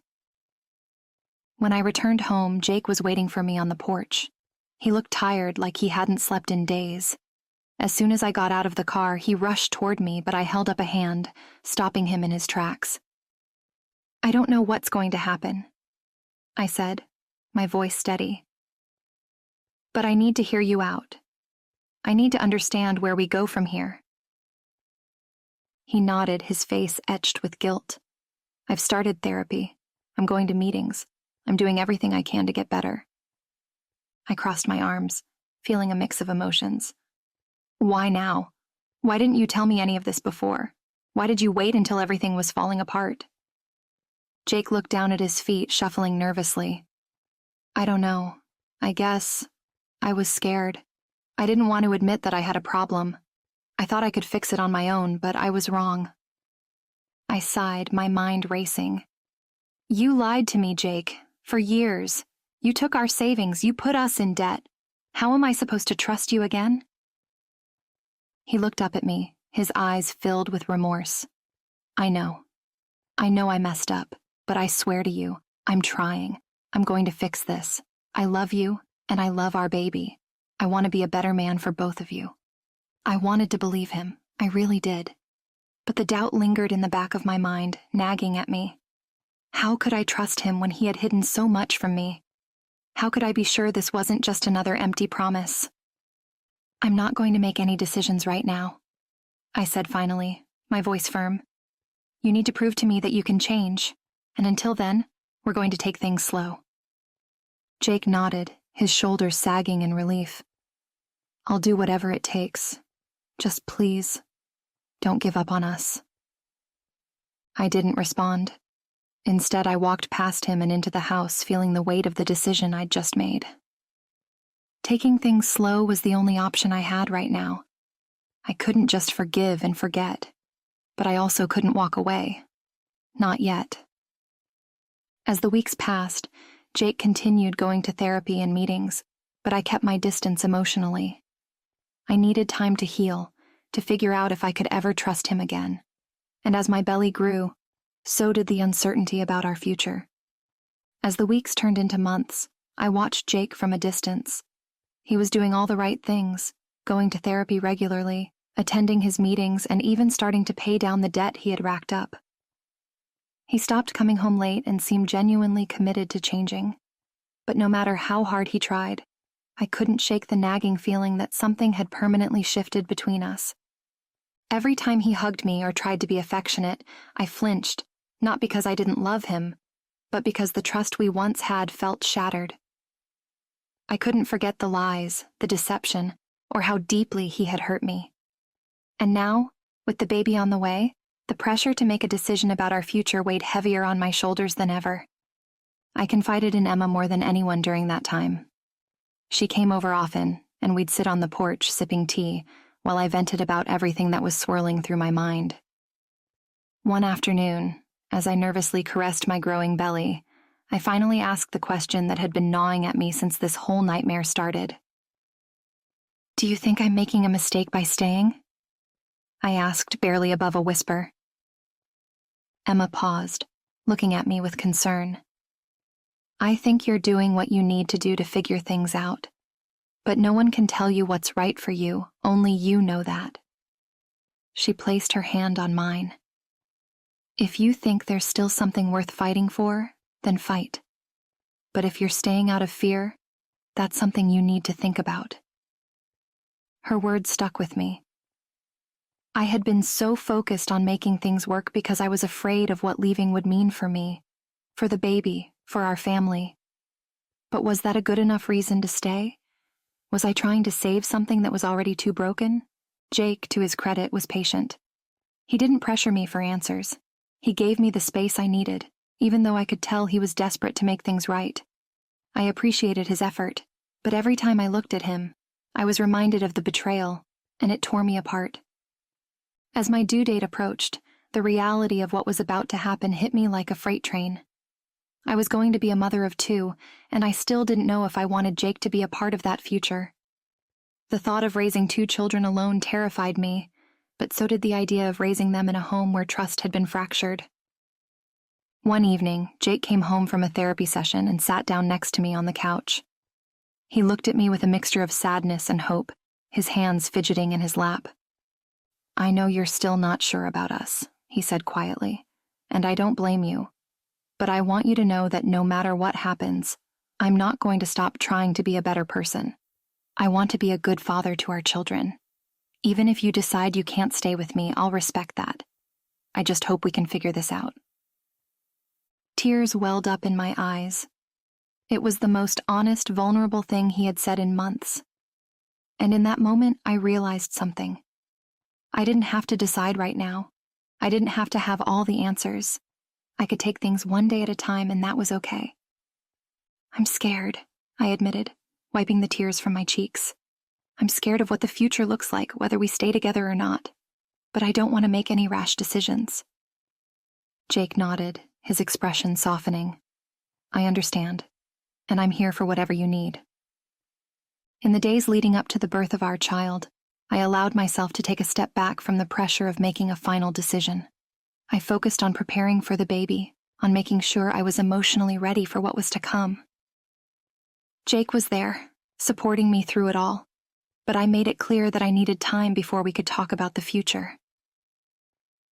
When our second child, a baby boy, was born, I felt an overwhelming sense of love and responsibility. Looking down at him, I realized that whatever happened between Jake and me, I was strong enough to handle it. Whether I stayed or left, I knew I could be the mother I needed to be. Jake was there, holding our son, tears streaming down his face as he looked at me with a mixture of hope and fear. I didn't have the answers then, but I knew we would find them in time. I wasn't ready to give up on us entirely, but I also wasn't ready to forgive. So for now, I'm taking things one step at a time. Jake is working hard to rebuild the trust he shattered, and I'm focusing on being the best mother I can be. Maybe we'll make it through this, maybe we won't. But what I do know is that I'm stronger than I thought, and no matter what happens, I'll be okay.